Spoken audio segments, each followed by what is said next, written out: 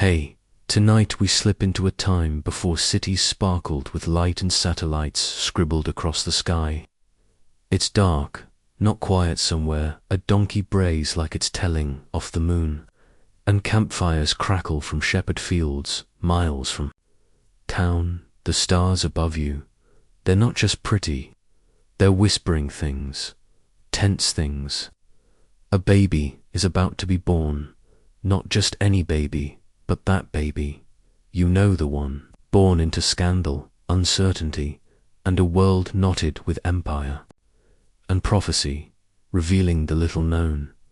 This isn't just a nativity scene with wise men and halos. No, this is about power and fear, dreams and survival, and two young nobodies who never signed up for the weight of eternity. So, before you get comfortable, take a moment to like the video and subscribe. Press the notification bell to update many new videos. And hey, post your location and what time it is where you're listening. We want to know where in the world you're tuning in from. Now, dim the lights, maybe turn on a fan for that soft background hum, and let's ease into tonight's journey. Together, you trudge along a rough road outside of Jerusalem, sandals kicking up the kind of dust that never really washes out. The air is sticky cool but dry, and it carries a strange weight. Something's coming. You can feel it in the way. Everyone glances sideways when soldiers pass. In the way the market's louder than usual, merchants shouting over each other like they're afraid of silence. In the way nobody says the word Messiah above a whisper, and certainly not with a Roman within earshot. It's the year 04 BCE probably. Historians still argue whether Jesus was born in 4, 6, or even 01 BCE, but let's not get bogged down in that. The calendar, you know, hasn't even been invented yet. No Christmas trees, no eggnog, and absolutely no carols. Just a dusty province under Roman control, and people who've been waiting centuries for someone to break the silence. Judea isn't a quiet place. Rome's puppet king, Herod the Great, is perched on the throne, and he's not exactly handing out cookies.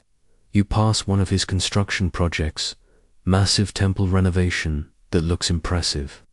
Sure, but mostly feels like a loud way to distract from the fact that Herod's popularity hovers somewhere between boil and blister. You hear old men mumble about prophecy in the marketplaces. They quote Isaiah and Micah, usually between bites of flatbread or while selling goat's milk. A virgin shall conceive, one mutters, eyes darting. Out of Bethlehem, says another, nodding like he knows a secret. But for every whisper of hope, there's another about surveillance, betrayal, or taxes so high people sell land to keep breathing. It's a tense place, politically and spiritually, a powder keg, soaked in oil, and you're just walking through it, listening to the gossip, watching the skies, and wondering what exactly everyone's waiting for. At night, under the stars, you camp near shepherds. Their jokes are loud, their cloaks are stiff with dust, and their sheep, not as adorable as modern nativity plays would have you believe. One old man swears that sometimes he sees angels near the ridge. Everyone laughs until he gets quiet and adds, they hum, like wind in harp strings. No one laughs after that. By day, you pass Roman checkpoints, dodging bored soldiers with sharper swords than senses of humor. One particularly unfortunate fellow tells a knock-knock joke to a centurion and nearly gets a spear in the thigh. Pro tip, don't try humor with the 9th Legion. Your feet ache, but your curiosity drives you onward. There's something stirring in this land, and it's not just census season. Augustus Caesar, the guy plastered all over Roman coins, issued a decree. Everyone must return to their ancestral town to register. which sounds innocent enough, unless you're heavily pregnant or happen to be Joseph of Nazareth. You hear his name for the first time in a small tavern, over a bowl of lentils and some suspiciously chewy bread. The barkeep mutters, "Carpenter, betrothed to that girl, what's her name? Mary, quiet sort." The way he says it, like something's not quite normal, piques your interest. There's gossip swirling about Mary, that she's expecting him. No one seems sure who the father is.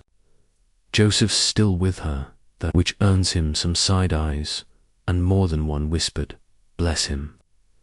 You find yourself wondering what kind of man sticks around when he doesn't have to. Maybe the kind who's seen something the rest of them haven't. Maybe the kind who had a dream. But let's not get ahead of ourselves. Back to the road.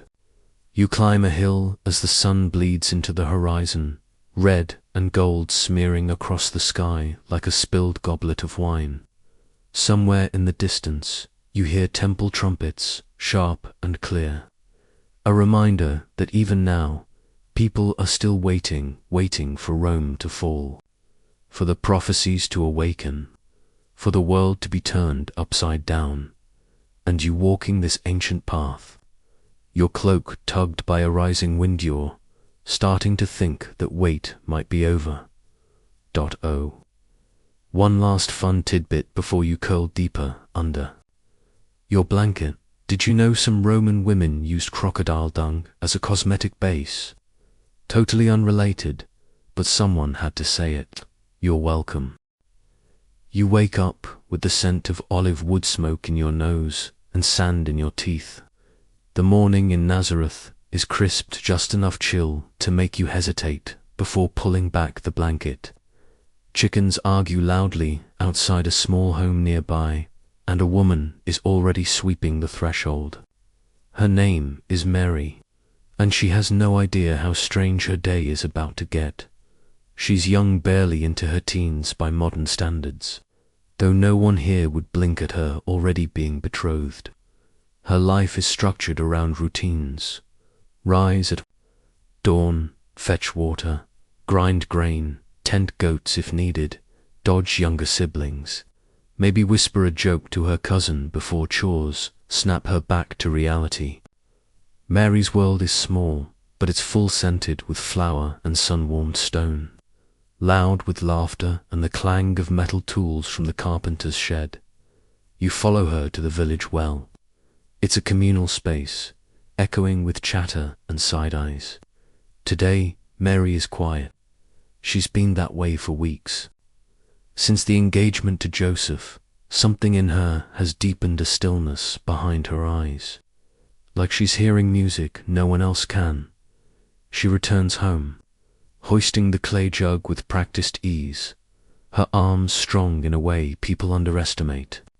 As she steps into the shadowed entryway, the light behind her shifts like someone just opened a door to the sun itself, and standing there, blocking the world outside with wings that seem too vast to fit in the room, is a man. No, something else. He doesn't belong to this dust and sweat and timber-smelling house.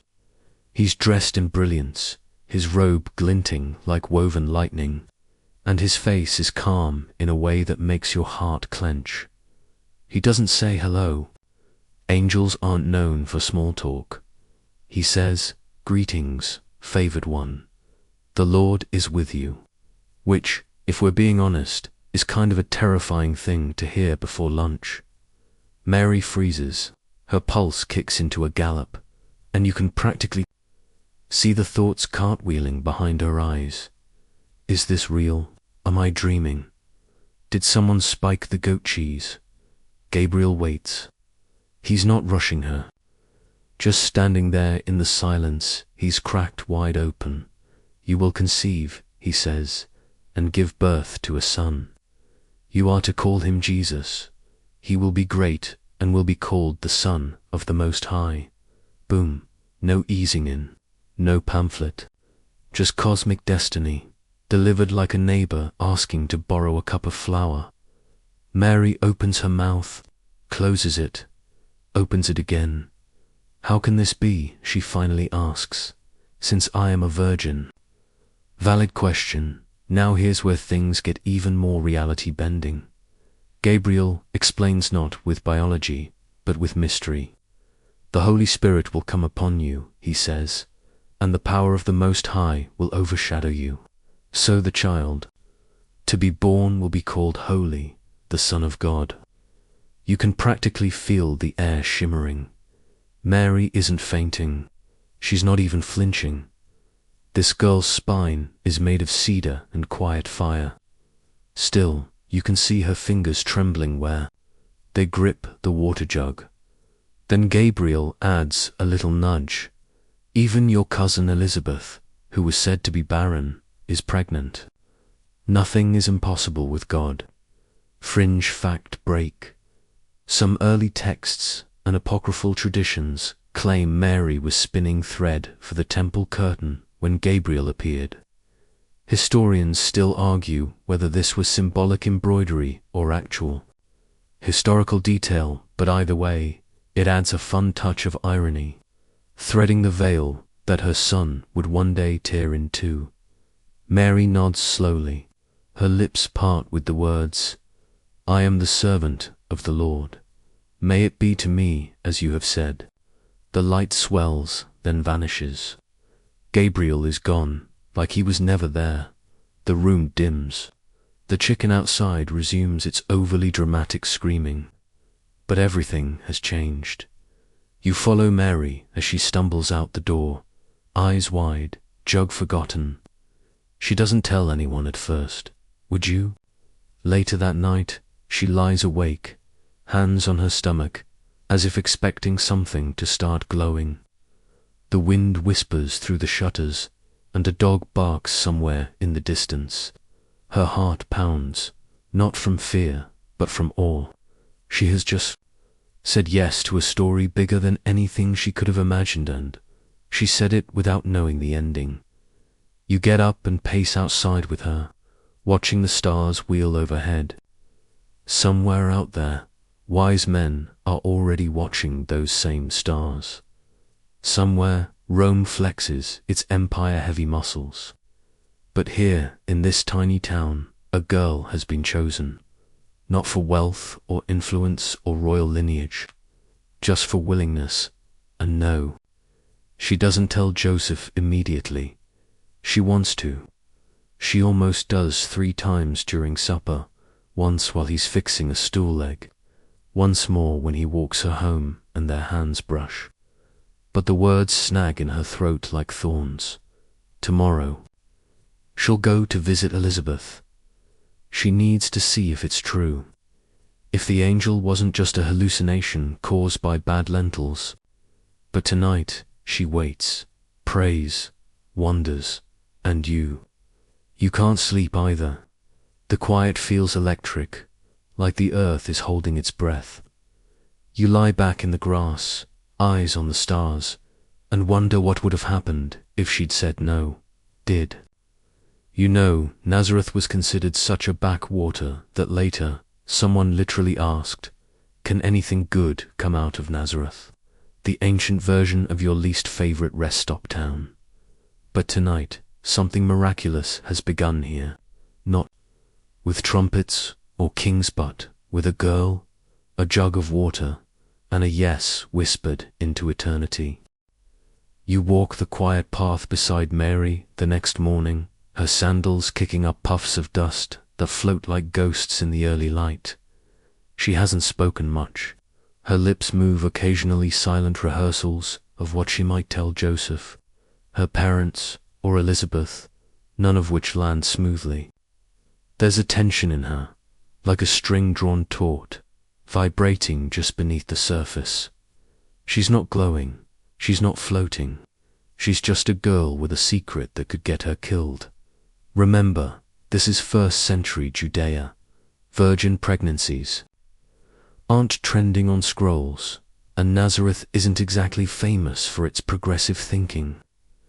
The law is clear, and it's brutal. A woman in Mary's situation could be stoned.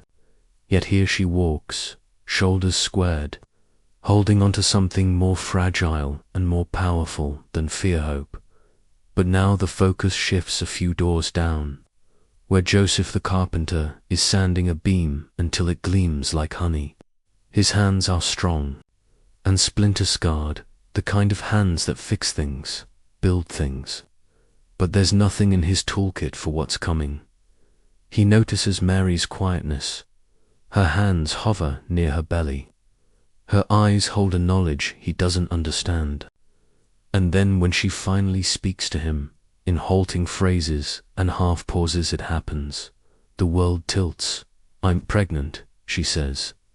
You see his face freeze, not in rage, not in shame, in disbelief. It's like she's speaking a language no one's ever heard. And when she adds, "It's not what you think," his breath actually catches. She tells him about the angel, the prophecy, the overshadowing, and her eyes are so honest, so clear. But Joseph, he's human. He doesn't yell, he doesn't accuse, he just walks away. That night, Joseph doesn't sleep. You sit with him in the corner of his home as he stares at the ceiling, lips moving. Silently, his tools hang on the wall, useless now. His heart twists in knots as he tries to untangle logic from belief, duty from love. Should he expose her? Should he marry her anyway? Should he run? Historians still argue whether Joseph was older or near Mary's age. Some traditions place him as a widower in his 30s. Others say he was a teen like her. Either way, right now he feels ancient, crushed beneath the weight of one impossible choice. But then the dream comes. It's not gentle. The room goes white and surreal, and suddenly he's not lying in his home. He's standing in a world that doesn't follow normal laws. Light pools around him like water, and a voice stronger than thunder, softer than breath says, "Joseph, son of David, do not be afraid to take Mary as your wife. What is conceived in her is from the Holy Spirit." Boom. No wiggle room, just pure, divine interruption. "You will name the child Jesus," the voice continues, "for he will save his people from their sins." Joseph jolts awake, breathless, soaked in sweat, and without another word, he rises. You trail behind as he strides to Mary's home under the pink smear of dawn. She opens the door before he even knocks. She knows. They don't say much. Enough. He places his hand gently over hers, resting on her belly. A silent agreement passes between them, like a flame that refuses to go out. He will not cast her aside. He will stand beside her. It may not make sense to the neighbors, to the synagogue, or even to him, but it's not about sense anymore. It's about trust. You watch the days unfold now through a different lens. Mary no longer walks alone. Joseph takes her to town, to market, to synagogue. People whisper. Of course they do. But they whisper less when they see the way he holds her hand. How he builds a cradle behind the house, even though it's months too early. Quick fringe fact. Some early church traditions claim the cradle Joseph made was later used to build parts of the cross. No proof, but the symmetry is haunting. Nazareth still buzzes with Roman updates. Caesar Augustus' census decree has just landed like a stone in a still pond. Everyone must return to their ancestral towns to register. For Joseph, that means Bethlehem, because he's of the line of David. And that means Mary, very much pregnant, is going with him. Why? Historians still argue whether it was required for women to travel to, or if Joseph simply refused to leave her alone in a town that whispered behind every door. Either way, you pack up with them, watching Joseph strap bags to the donkey while Mary folds linens with an odd calmness, like someone preparing for both a birth and a battle. You leave Nazareth just before dawn, wind cold and stubborn against your face. The hills ahead roll like waves, and Bethlehem lies nearly 90 miles south, 4 or 5 days' journey, depending on the terrain and whether the donkey behaves at night. They sleep beneath olive trees or in rented corners of crowded inns. Joseph always builds a small fire and sleeps closest to the path between Mary and any danger. He's quiet, but there's a strength to it, the kind that doesn't boast, the kind that holds. One evening, as you all camp near a spring, Mary hums to herself. It's a lullaby from her childhood, something about fig trees and falling stars. Joseph listens, hands wrapped around a clay cup, eyes tracing the firelight dancing across her face. You feel something stir in your chest, hope again, but now it's tethered to something fragile and real. And just when you're starting to relax, the donkey lurches sideways and nearly crushes Joseph's foot. You all learn a valuable lesson that night. Don't let a hormonal donkey near your campfire. Bethlehem greets you with chaos. The streets are knotted with travelers, their carts rattling across uneven stone, goats bleating indignantly, and toddlers doing what toddlers have always done, melting down over absolutely nothing.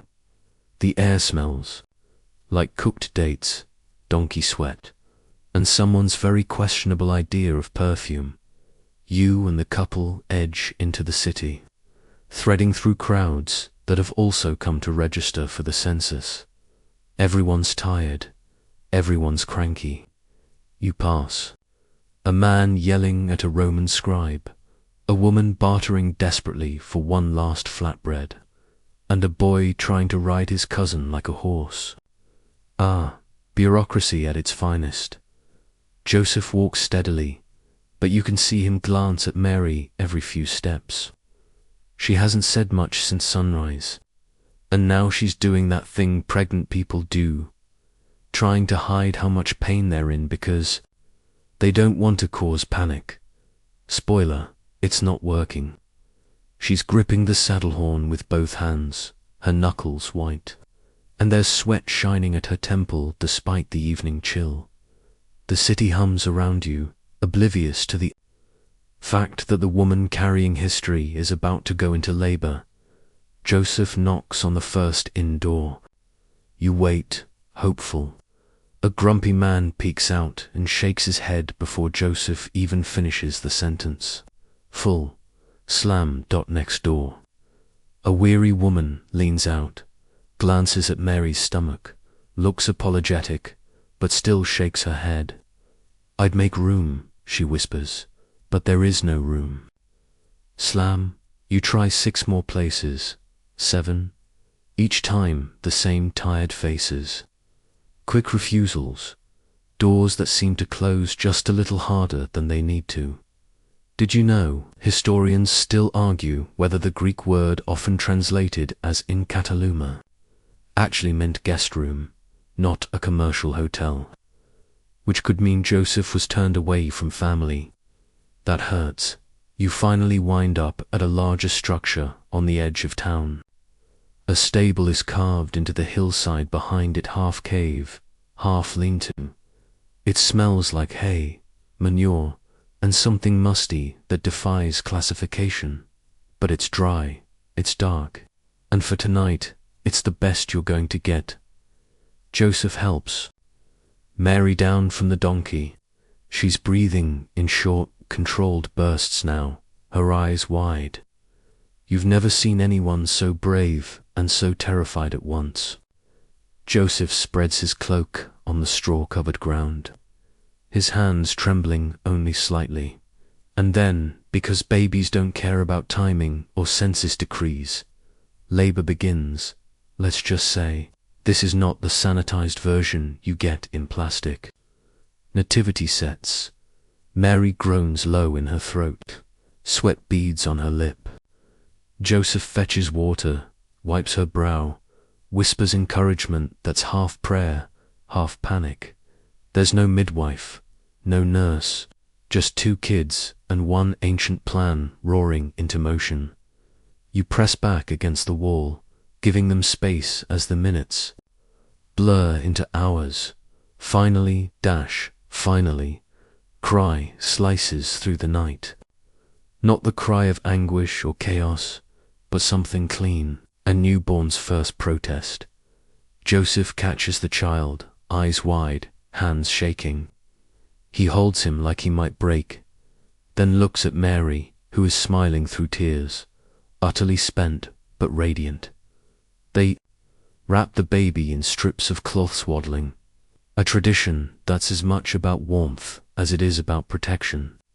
Then Joseph gently lays him in the only thing available, the animal trough, a manger lined with hay, glowing softly under the flicker of their tiny oil lamp.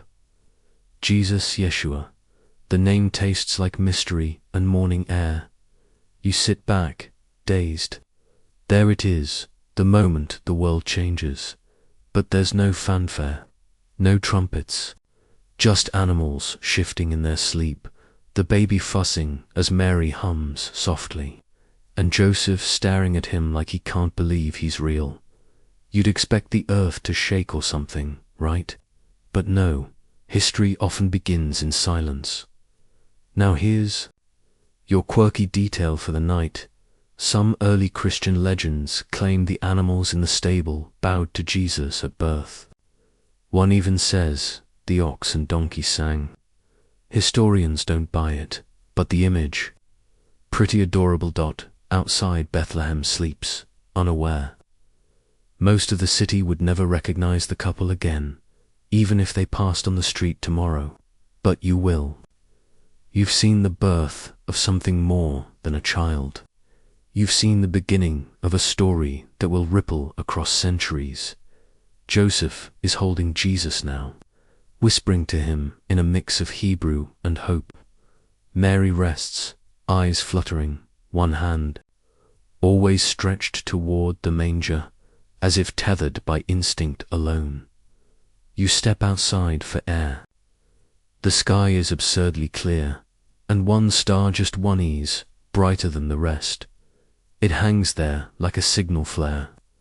You don't know it yet, but miles away, it's drawing the attention of people who don't belong here.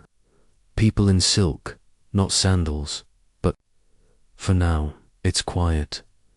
The stable glows behind you. Inside, the Son of God yawns for the first time, and the world exhales.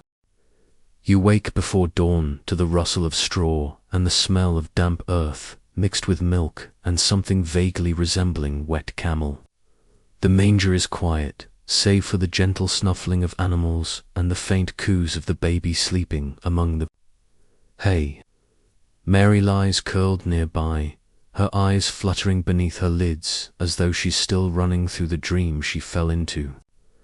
Joseph stokes a small fire, his silhouette haloed by soft light creeping through the stable door. Outside, Bethlehem is waking up differently. It's census season. You walk the streets as the town stretches and groans. Merchants set out their goods with a little more impatience than usual. Soldiers sip watered wine and grumble about the influx of people, like they're the ones sleeping beside livestock. And travelers, oh, they're everywhere, grumbling about taxes, accommodations, long lines, lost donkeys, and that mysterious town-wide shortage of anything resembling a clean towel. But just beyond the walls, out in the fields, you find a different kind of quiet.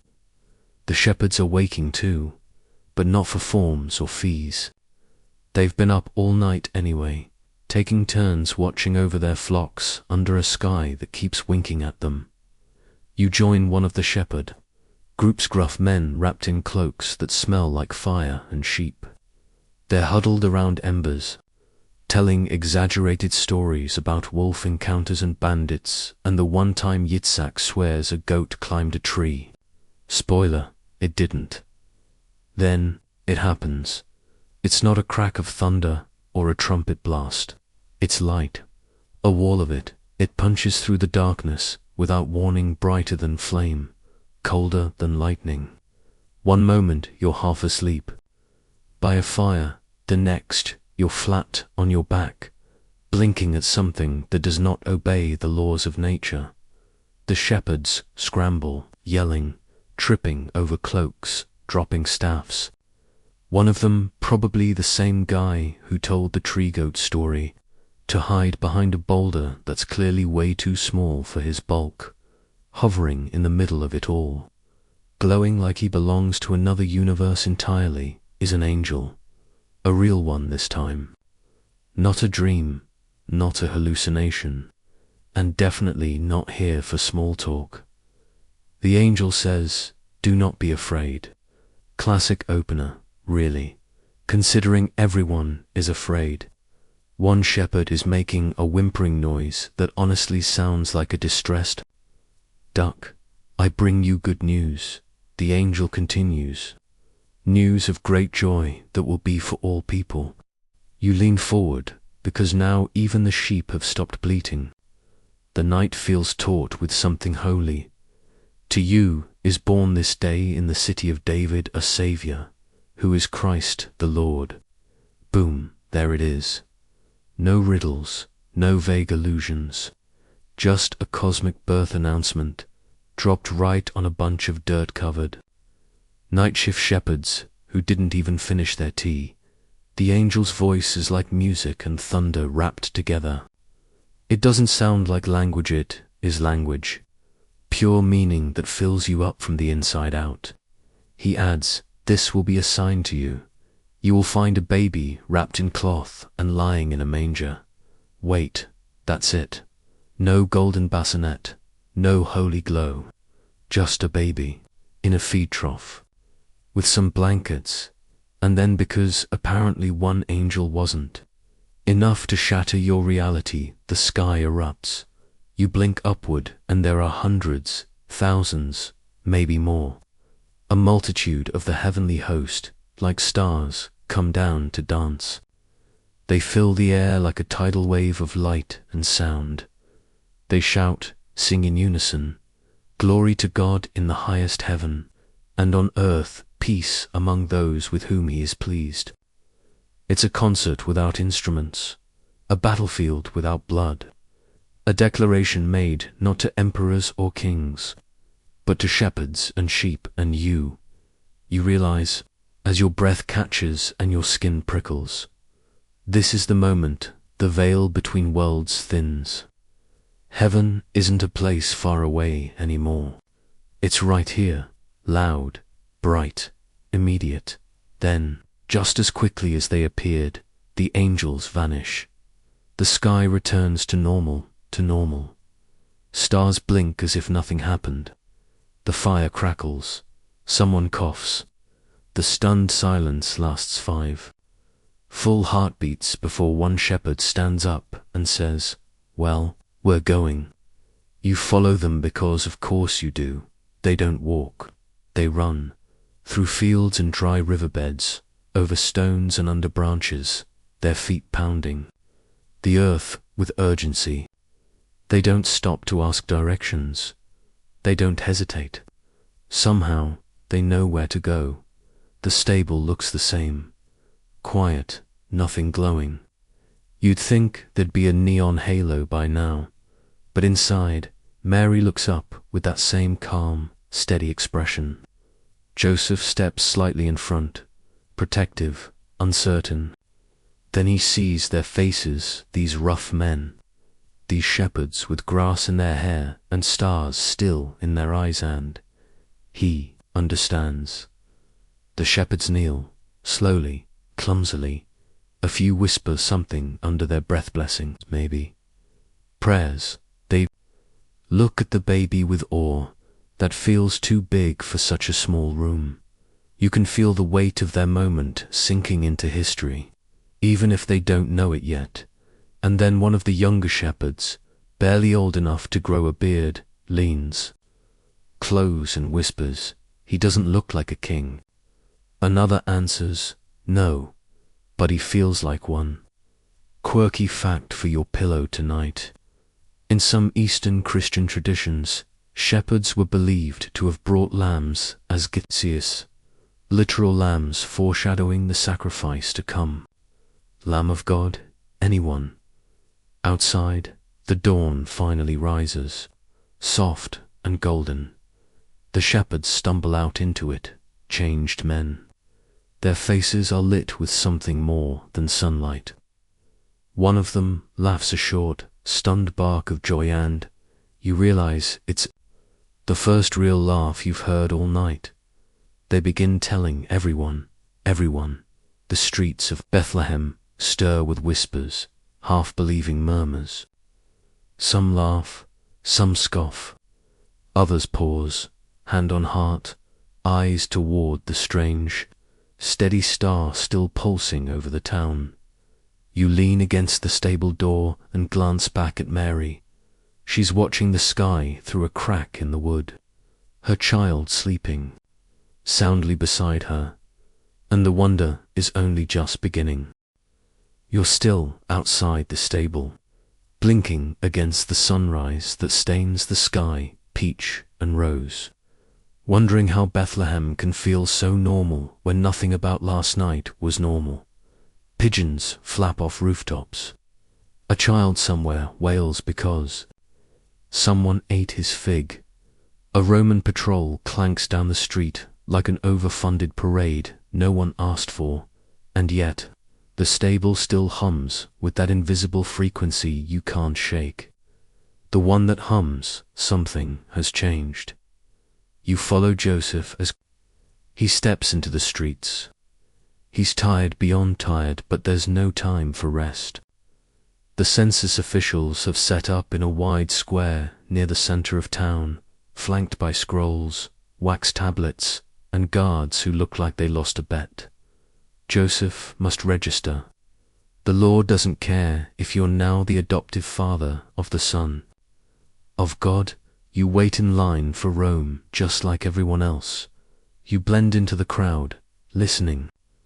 Word about the shepherd's midnight claims is spreading, whispered from mouth to ear like some half-believed campfire tale. They said angels, someone mutters, and a baby in a feeding trough. The innkeepers are suddenly regretful. I would have made space if I'd known you hear that phrase about 7 times from different faces. But the thing is, they didn't know. Nobody did. Not even the animals who keep sticking their heads into the stable to chew on histories. Most sacred bedding. Later that morning, Mary finally steps out. You walk beside her, careful, quiet. She's not radiant in the way paintings imagine. She's pale, drained, still healing. But she walks with purpose, with something unnameable flickering in her eyes. The child is wrapped close to her chest. His breaths are steady. You trail her as she heads through the streets, because there's one thing still left undone. Joseph rejoins you after registering and leads the way to every door in town. They aren't asking for a room now. They're looking for someone who might understand. Maybe a relative, maybe not. They try homes that bear the faintest connection to Joseph's lineage, someone who might be descended from David, even if it's through a half-forgotten cousin's, aunts. Each door knocks harder on your nerves. Bethlehem is crowded, but not kind. We've already taken in 3 families, says one woman, shooing them off with a wave. Another man eyes the bundle in Mary's arms and steps back like faith might be contagious. Try the quarter near the well, he offers. More space.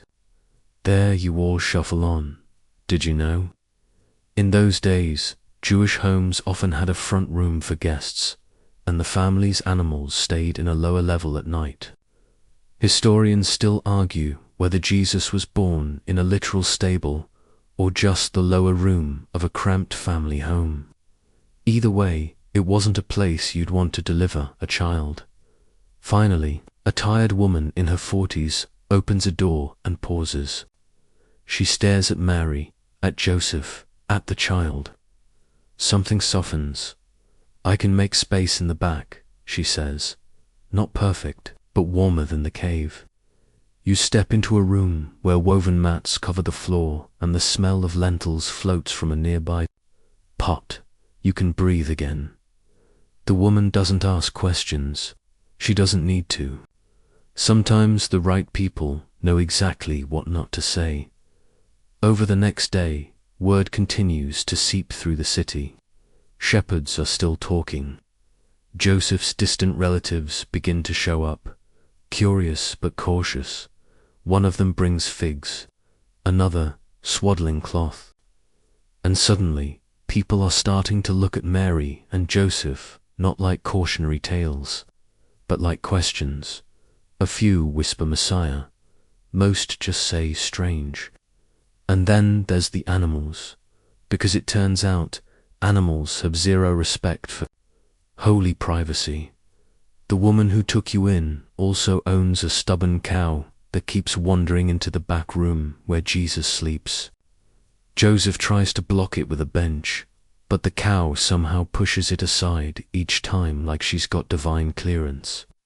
Mary just chuckles and says, "Let her stay." She knows. Joseph doesn't argue. He's long past trying to make anything make sense, but beneath the surface, something is growing. You can feel it in how the neighbors linger longer by the door, in how the children of the household keep sneaking in to look at the baby, giggling at the way he grips their fingers.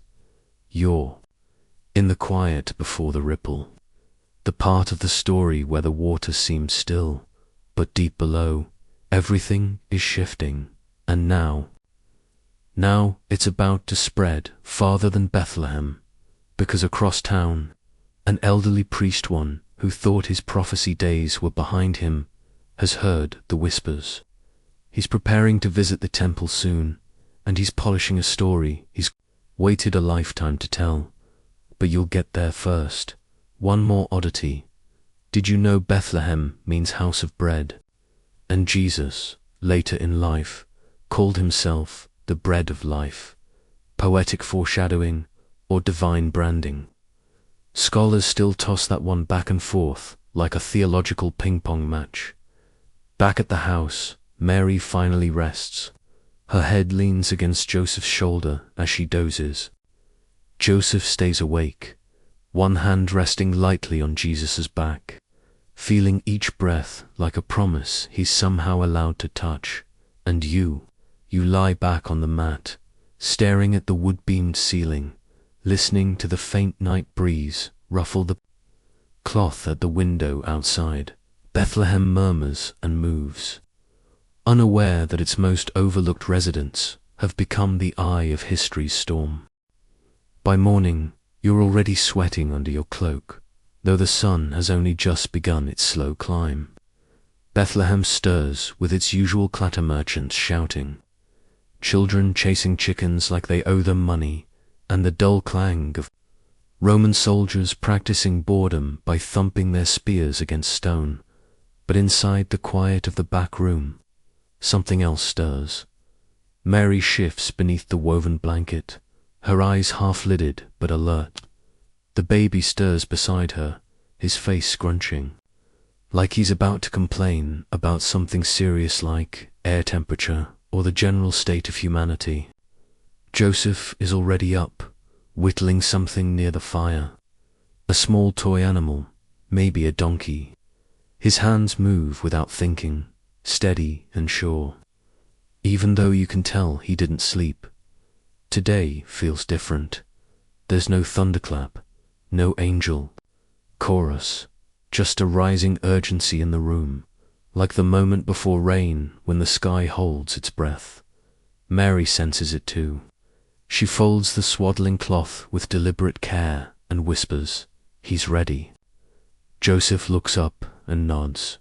He doesn't ask, ready for what? Because they both know this birth wasn't the end of something. It was just the first step. It's time for a ritual. The journey to the edge of town is slow. Mary walks with the baby, wrapped tightly to her chest, Joseph beside her, protective without hovering. You follow them, weaving through Bethlehem's midday bustle, until the road fades into hills, again leading to the temple. Well, not the temple. Not yet. That comes later. But even out here, customs matter. Jesus, like every Jewish boy, must be circumcised on the 8th day, a sign of covenant, a reminder, ancient as Abraham, that this child belongs to something bigger. Blood, tradition, identity, a name spoken formally. Yeshua, he is, officially, among his people now. Fringe fact for your satchel.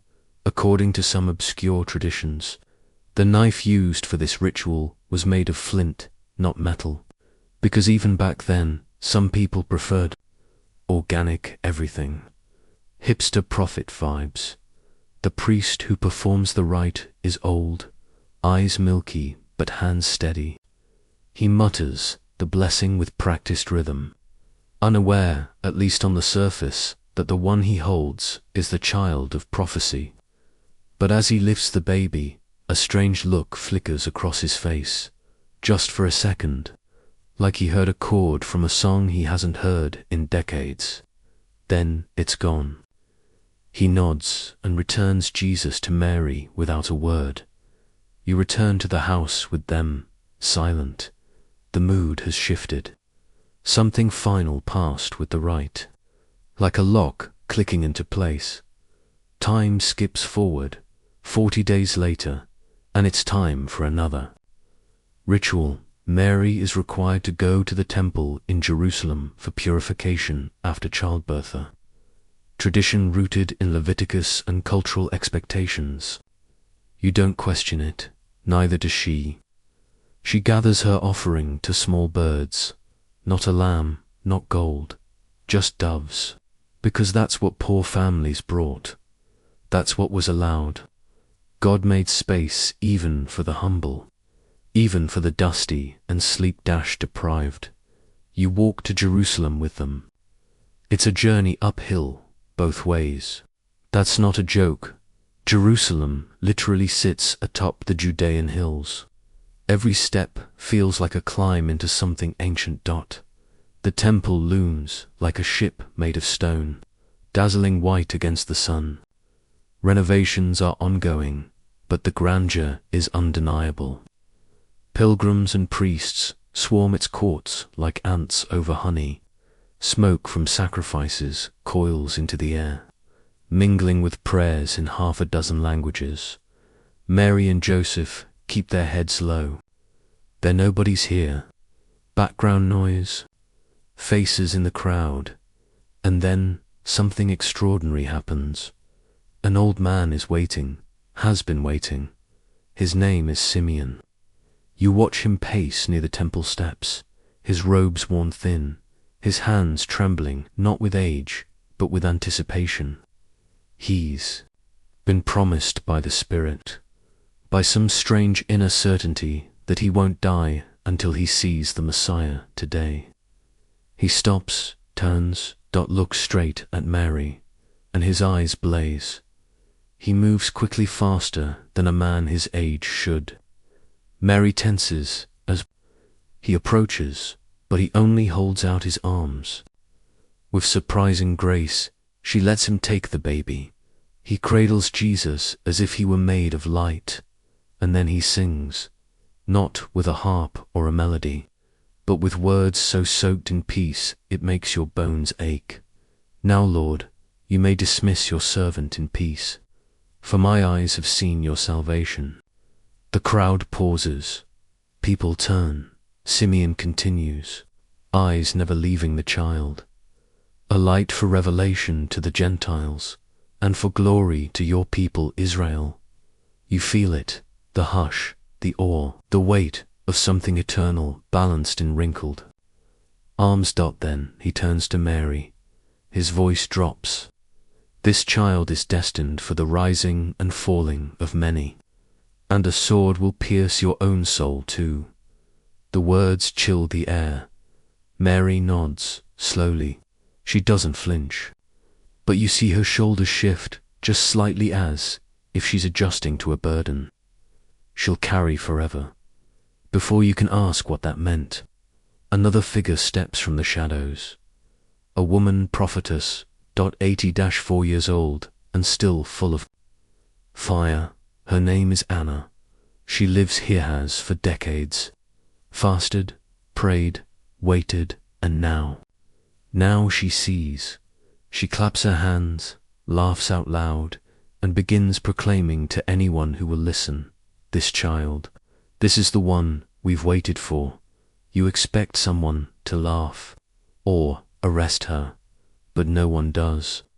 Not this time. Mary and Joseph watch in silence as the two elders pass the child between them like a secret finally spoken aloud. Quirky tidbit of the night. Anna is one of the only named female prophets in the New Testament. Some fringe scholars speculate she might have helped preserve the early oral accounts of Jesus' infancy. No proof, but imagine her as one of the earliest evangelists. As the sun begins to set, you all descend the steps of the temple. The city doesn't know what just happened. The Roman guards don't blink. The merchants shout over each other. But in the heart of the temple, prophecy has just reawakened.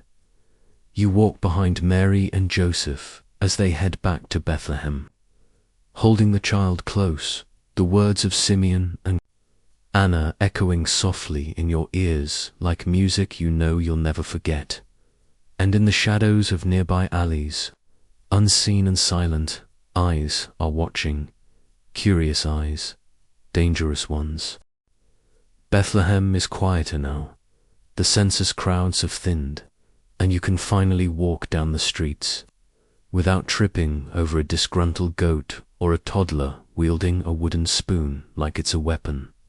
The town exhales, but you stay alert, because something in the air feels wrong. At night, you return to the house where Mary and Joseph are staying. The baby Jesus is asleep in the carved wooden cradle Joseph finally finished. It's smoother than anything else in the house, polished by hours of quiet hands.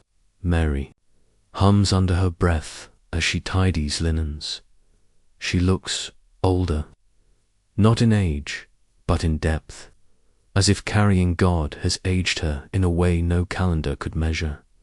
Joseph, he's sharpening tools, listening, always listening. There's no more talk of angels or singing skies. Life has returned to small things: bread, water, dust, a child's breath, until, outside town, the sky breaks again. You're not there this time, not in the fields, not under the stars, but you hear about it. Shepherds again, only this time they're not alone. The shepherds are chasing down travelers. You find them in the market, wild-eyed, still half-covered in field grime, jabbering about fire in the sky and a choir, a host. One shouts, hundreds, no thousands of them. People don't know whether to laugh or believe.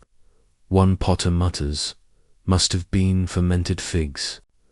But then the shepherds say what they saw after the angels vanished: a baby in a manger, wrapped in cloths, just like the angel said. And suddenly everyone knows exactly which baby they're talking about. You rush back to the house. Sure enough, the shepherds are already there, crammed awkwardly into the main room, trying not to step on anything important while they whisper, weep, and touch their foreheads to the ground before the baby, who yawns like he has no idea he's the centerpiece of the universe. You stay back, watching. Joseph stands, bewildered, one hand on the doorway like he's bracing for another revelation. Mary doesn't say anything. She just watches the shepherds with a strange softness, like she already knew they were coming. Later that night, when the visitors have left, she turns to you. Do you think, she asks, her voice barely a whisper, they'll remember him? You don't know what to say, Because in the corner of the room, he sleeps like any other baby. No crown, no light halo, just warm breath, a tiny fist curled against his cheek. And yet, you do remember, because your skin still tingles from the echoes of their words, peace on earth. But peace doesn't always come without a fight. And while you rest, somewhere else in Bethlehem, someone is stirring who brings the opposite of peace. His name is Herod, and right now he doesn't know about the child yet, but he will. You walk the outskirts of town the next day just to breathe, but the air feels different now. Sharp, watchful. That's when you see the travelers, not shepherds, not dusty pilgrims. These men ride animals taller and cleaner than any donkey you've seen. Their robes shimmer under the sun, trailing bright. Embroidery, their hands wear rings. Their eyes scan the sky like they expect it to talk back. You duck behind a stall and watch. They pause near the town square and speak to a man, then another, then another. Always the same question. Where is the one who has been born King of the Jews? Now that question makes people nervous, because Bethlehem already has a king. Well, technically Jerusalem does. But Herod's reach stretches far, and the guy does not like competition. Still, the strangers keep asking, calm, confident, even when the townspeople begin to avoid their gaze. Later, over a shared plate of lentils, in the market, you catch wind of something fascinating. These men aren't locals. They aren't even from the empire. They're Magi, that fringe detail you've been craving. The Magi weren't three kings, no matter what the song says. More likely, they were a priestly caste from Persia or Babylon, astronomers, philosophers, possibly Zoroastrian. They didn't just follow stars, they interpreted them, and they've followed a new one, a star unlike anything they've ever charted. It led them here. Not by accident, not by guesswork, by design. You sprint back to the house. Mary's feeding the baby. Joseph's hammering something in the yard. You pull them aside, tell them the shepherds weren't the only ones called. Mary nods, She doesn't blink when you say foreigners are asking about her son. She just holds him closer, whispering something in Aramaic too soft for you to catch. You leave them in peace, but your mind spins, because if you heard about the Magi, how long until Herod does, and what will he do with that information? Spoiler: nothing good. That night, you look at the stars again. One in particular still burns brighter than the rest. The one the Magi followed. It pulses like a heartbeat, like a warning, and in the quiet between your own heartbeats, you wonder how long the peace can last.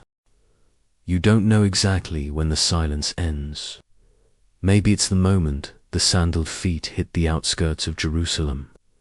Maybe it's the second the question is spoken in the wrong part of town, with the wrong ears listening. But either way, the moment has come.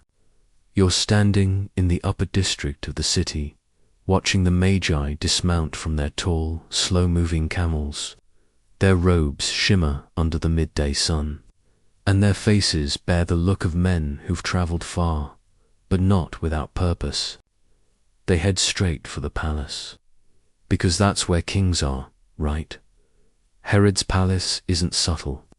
It squats behind high stone walls, flanked by columns and iron gates. Guards stand stiff, sweating in armor too polished to be practical. And when the Magi step forward, requesting an audience, they're not turned away. Not when they use the word king, because that's the bait. Where is the one who has been born King of the Jews? They ask, like it's just a polite question. The guard falters, then disappears behind the gate. Moments later, the doors open. Now, let's talk about Herod. He isn't what you'd expect. He's not drooling on a throne, muttering into a goblet. He's intelligent, dangerous, unpredictable. He's also paranoid. A king placed by Rome. A man who killed his own sons because they were getting ambitious. A man who knows the prophecies just well enough to be afraid of them. And now he's afraid again, because these strangers, these Magi aren't drunk or ranting. They speak with the confidence of men who study the heavens and trust their calculations. They say, "We saw his star when it rose. We have come to worship him." Herod smiles, but not with his eyes. "Worship," he says, as if tasting the word. Then he motions them inside.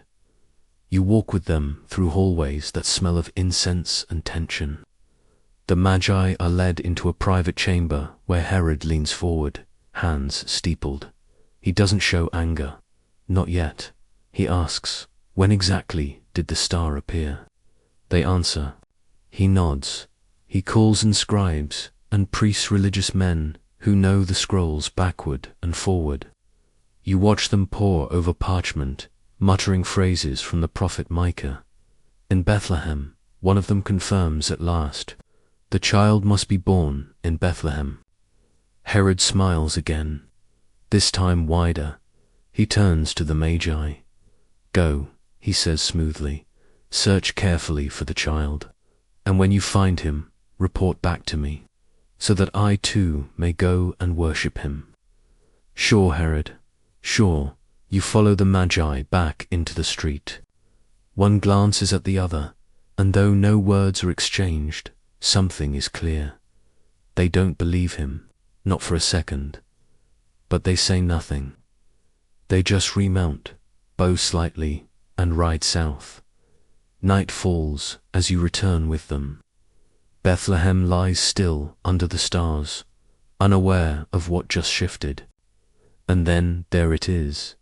The star, it glows brighter than ever, like a cosmic spotlight.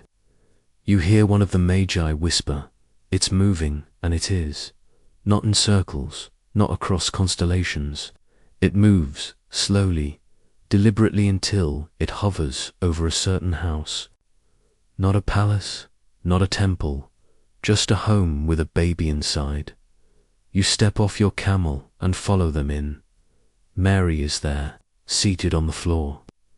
Jesus is perhaps a year old, now tattling, babbling, gripping a carved wooden sheep in one hand.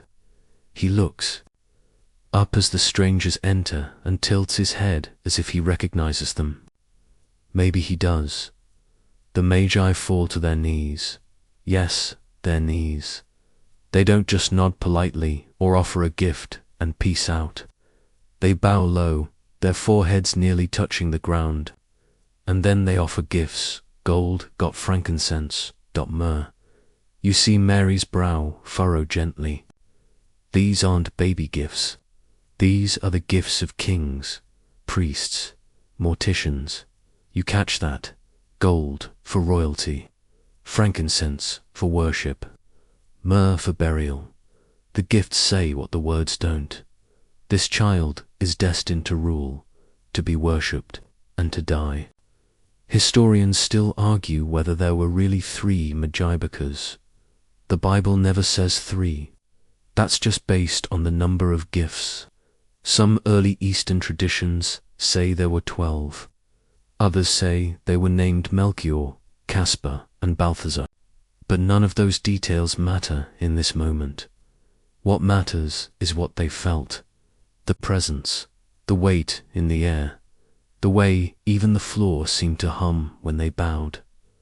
Later that night, the Magi sleep under unfamiliar skies, and then another dream. You see it happen like a film projected across the stars. A voice, low and firm, whispering into their dreams. Do not return to Herod. Go home another way. They wake before dawn. No farewells, no lingering. They simply vanish into the early shadows. Away from power, from palaces, from Rome's attention. The road back east is long, But the real storm, it's just about to begin, because Herod, he's been waiting. Herod waits and waits, and the Magi don't come back. You're pacing the edge of the palace courtyard when the report lands. On Herod's desk, like a slap, the Eastern visitors have gone, took another route, didn't check in. He reads it in. Silence, then tears it neatly in half. The air in the chamber thickens like storm clouds pressed between stone walls. Servants stop breathing. Guards glance toward the exits. You don't even need to be in his head to know what's happening there. Herod isn't just angry, he's afraid. That's a dangerous mix in anyone, but in him, it's fatal. You've seen people mistake Herod for some grumpy old king with bad sandals. But this is a man who's ordered his own sons executed just to sleep better at night. This is a man who builds monuments and secret prisons.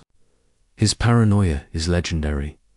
Now there's a child somewhere being whispered about as the real king. Not a political rival, a divine one. You watch as Herod rises from his throne and walks slowly toward the window. He's thinking. You can practically hear the gears grind then. Quietly he turns to an advisor and says the words that change everything. Kill them, all of them, every boy, 2 years old and under. You go cold, every boy, every child, every home. He isn't guessing anymore, he's acting on the timeline the Magi gave him. The star appeared roughly 2 years ago. So every male child under that age in Bethlehem and the surrounding region must die. Not because they're guilty, but because one of them might be him. It's not war, it's slaughter. You don't see the first soldier kick in a door, but you hear about it. A scream carries through the valley like a broken bell. Then another, and another. It happens fast. They move like a plague, door to door, not stopping to ask questions. Fathers are held back. Mothers beg. Cradles are overturned. Small toys scatter across bloody floors. Bethlehem, once quiet, is now filled with sobbing. You wander the streets in a daze, unable to look away. Grief clings to walls like smoke. There's no pattern, no mercy. Just the brute execution of fear. Historians still argue whether the massacre of the innocents happened exactly as described. Some point out that Bethlehem was a few dozen children might have been affected. Others say the silence in Roman records is proof of its scale. But even one death by royal paranoia is too many. You find Joseph before dawn. He's already awake, sitting up, eyes wide. I had a dream, he says, voice barely above a whisper. An angel again. You blink. Joseph looks over at Mary, asleep with the child curled in her arms. We have to go, he says, rising fast. Now. You don't question it. Neither does Mary. She's packing before her eyes are even fully open. The child is still sleepy. His curls damp with sweat, clutching at her tunic with tiny fingers. The world outside their door is crumbling, and you flee through it. The path south is rough. You leave under cover of darkness, dodging checkpoints, listening for hooves. Joseph moves like a man possessed, quiet but fast. Mary never lets go of the baby. Not once. Egypt, that single quotes where the angel said to go. A land they barely know, a place they've never seen, but it's away from Herod, away from steel, away from blood. The road to Egypt is a blur of dust, fear, and whispered prayers somewhere along the way. Jesus babbles, laughs. Mary smiles through tears and kisses his forehead. The world may be burning, but for one heartbeat of time, there's still joy, You pass others on the road, fleeing for reasons of their own. Not everyone knows why Joseph's family is running. But something about the way they carry themselves, the urgency, the silence keeps people from asking. And always, behind you, the air is red with mourning. Did you know, some ancient traditions claimed that during the flight, palm trees bowed to shade them. Streams bubbled up unexpectedly from dry places. Were they miracles or just desperate folklore? Scholars debate it. But when the divine travels, the landscape tends to take notice. You don't stop until Egypt's edge greets you with dry heat and unfamiliar tongues. The cities here are louder. The gods look different. The streets shimmer with foreign wealth, and distant pyramids towering like teeth. And yet somehow it feels safer. Mary and Joseph find shelter among the Jewish community there. There were many in Egypt at the time, scattered across Alexandria and other towns, exiled by earlier wars and oppression. Strangers, yet kin. You help them settle, the child grows. Quietly, the world keeps spinning, but the echoes of Herod's rage stretch far. Back in Bethlehem, Rachel weeps. That old phrase, Rachel weeping for her children, has never felt so raw. The grief hangs like a fog across Judea and Herod. He's dying. That paranoid, violent man who shook the land with fear now withers, riddled with pain and rot. Some say his illness is divine punishment. Others say it's just the natural decay of a life lived in terror. Either way, his end is slow, agonizing. You hear the news one morning, riding back from a nearby village.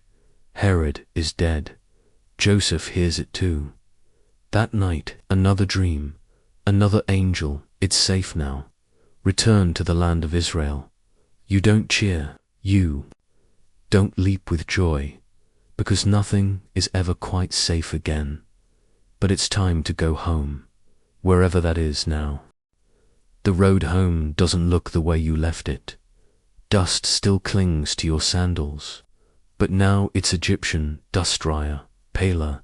The path back into Judea feels heavier, as if the land itself remembers what happened while you were gone. You walk beside Joseph as he leads the donkey, Mary and Jesus riding gently atop it. The boy's grown now still, small but sturdy. His curls bounce with each step, and he clutches a small cloth-wrapped figure Joseph carved sometime during those restless Egyptian nights. The land rolls out before you in bleached browns and golds, and while the sun burns bright overhead, there's a strange stillness hanging over everything. You pass through small villages, through checkpoints manned by younger, twitchier Roman recruits, and through the echoes of a kingdom recovering from its mad king's final outburst. Herod the Great is gone, but you hear the whispers before you reach Jerusalem. His son rules now. Archelaus, no better, maybe worse. You see the fear behind those words. You remember what Herod did, how easily power tore through innocence, and now his son wears the crown. There's hesitation in every step as you descend toward the capital. Joseph, to his credit, tries to hide his unease. But that night, camped under a pale moon with the fire sputtering low, you hear him mutter prayers under his breath. Prayers not of praise, but of confusion. And then he sleeps, and, yes, another dream. You're starting to feel like angels should get a loyalty card with this family. Every time there's a major change, bing. Here's your divine update. Joseph wakes with the message still echoing in his head. Don't go back to Judea. Go to Galilee instead. No debates, no arguing with the map. You head north. You pass Jerusalem's walls. It's massive, stones, cold and silent under your gaze, and leave it behind. You journey northward through the hills, the dust now familiar again.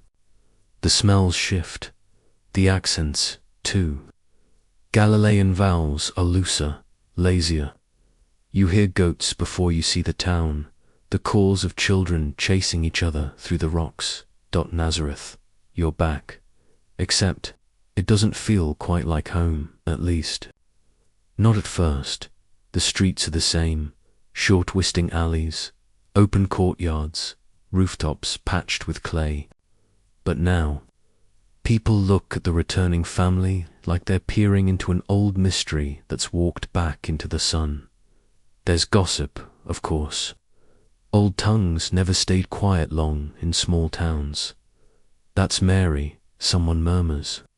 Back from Egypt with the child, the one Joseph still claims as his own.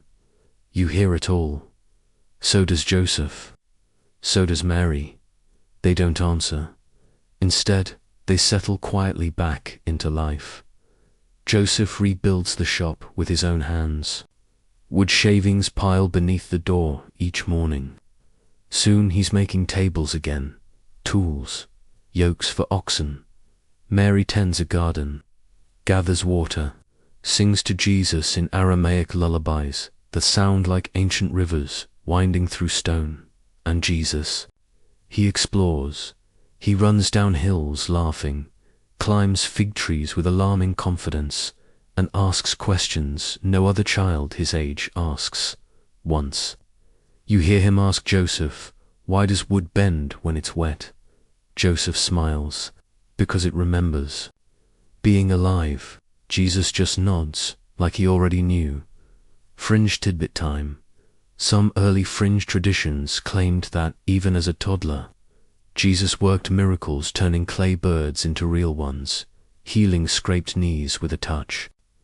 Most mainstream scholars chalk these up to symbolic legends, not history, but still, the idea has a certain charm. You stay long enough to see the boy grow. He's ordinary in all the ways that matter. He scrapes his knee. He loses his sandals. He eats too fast and gets hiccups. But there's something in the way he watches people. A depth too wide for his small frame. One afternoon, you find Mary watching him from the doorway. He never forgets, she says softly. Not even the little things. You look back at Jesus, trying to coax a butterfly onto his finger. No, he doesn't forget. Time slips by. The neighbors begin to accept them again. Slowly, carefully, it helps that Joseph is so dependable, that Mary is kind and quiet, that Jesus is well. Jesus. One afternoon, a teacher from the local synagogue pauses to watch the boy trace letters into the dirt with a stick. Hebrew letters, perfect and slow.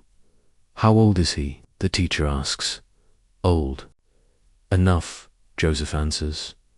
The man watches for another moment, then walks away, muttering, strange child. You pass through the streets of Nazareth now with more confidence. The fear from Egypt still lingers in your bones, but the quiet rhythms of this town press it back. You begin to feel what the family must be feeling, maybe. They've found the eye of the storm.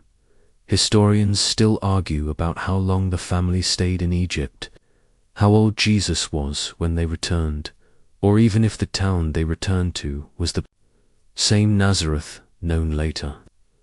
Some suggest he grew up surrounded by political unrest and secret Roman surveillance. Others think Nazareth was so backwater, Rome barely noticed it. Either way, it becomes the backdrop for everything to come. The boy who escaped a massacre, the family who said yes to a prophecy. They barely understood the home where the Son of God learned to hammer nails and catch beetles and ask endless questions. This is where the foundation sets. This is where the world goes quiet. And for now, quiet is enough. You find yourself in the temple again, but this time it's not Mary or Joseph who brought you its curiosity. because today something odd is about to unfold. Not dramatic like angels or dreams or midnight flights to Egypt, but still strange enough to make you lean forward. You're not alone. The courtyard is packed. Priests bustle like overworked librarians. Sacrifices smoke from the altars, and the sound of teaching and chanting blends into a holy hum. But over there, just off to the side, you spot two figures who don't seem to be part of any official schedule. First is Simeon. Yes, that's Simeon, somehow still alive, still waiting, still whispering prayers under his breath, like someone rehearsing lines for a final scene. He hasn't stopped coming to the temple. Even after meeting Jesus during the family's last visit, he still shows up, like he's not quite done, but he won't be here much longer. Then there's Anna. If Simeon's presence was calm like candlelight, Anna burns like fire. She's 84. Now give or taken sharper than a blade. Her eyes scan every person who walks through the gates. You hear her mumbling under her breath, not like she's talking to herself, but like she's arguing with the heavens, passionate, focused, relentless. They're here today not for ceremony. They're here because they know something is shifting again. And then he arrives. The child, now a little older, clinging to his mother's cloak, his curls bouncing as he walks. He's quiet today. His eyes are wide as he takes in the towering temple columns, the sounds, the incense, the animals, the sacred chaos. Joseph carries 2 birds, again another offering. Another rite. You slip between shadows, watching. Anna is the first to notice them. Her eyes lock on Mary, then the child. Then without hesitation, she strides forward. That's him. She says it like it's the most obvious thing in the world. Mary looks up, startled, but she doesn't step back. She simply watches as Anna places both hands on the child's head, murmuring something ancient and beautiful and unrecorded. Then Anna steps back, and for the first time in years, she laughs loudly. Unapologetically, Simeon. She calls across the courtyard, waving a hand like she's hailing a taxi in the middle of history. You weren't wrong. He hobbles over, squinting, sees the child, lets out a long breath that seems to stretch back through centuries of waiting. He places his hand gently on the boy's shoulder. I told you, he whispers. They don't stay long after that. No need. There's no public declaration, no crowd of followers. Just 2 prophets who recognized something the scholars missed. Anna turns to a young woman nearby, someone holding a small basket of figs, and says, "Tell people, the Redeemer's here. You can stop waiting." And then she disappears into the crowd, but not before you catch a look on her face. Satisfaction, relief, like someone who has finally put the last piece into a puzzle they've been working on for decades. Here's your fringe tidbit for the night. In some Eastern Orthodox traditions, Anna is considered one of the earliest evangelists, predating even the disciples. Her feast day, February 3rd, because apparently even heaven likes to assign calendars. Outside. The day slips toward evening. Mary and Joseph lead Jesus through the courtyards, their steps quiet again. But this time, there's something different in the way. They walk, less fear, more certainty.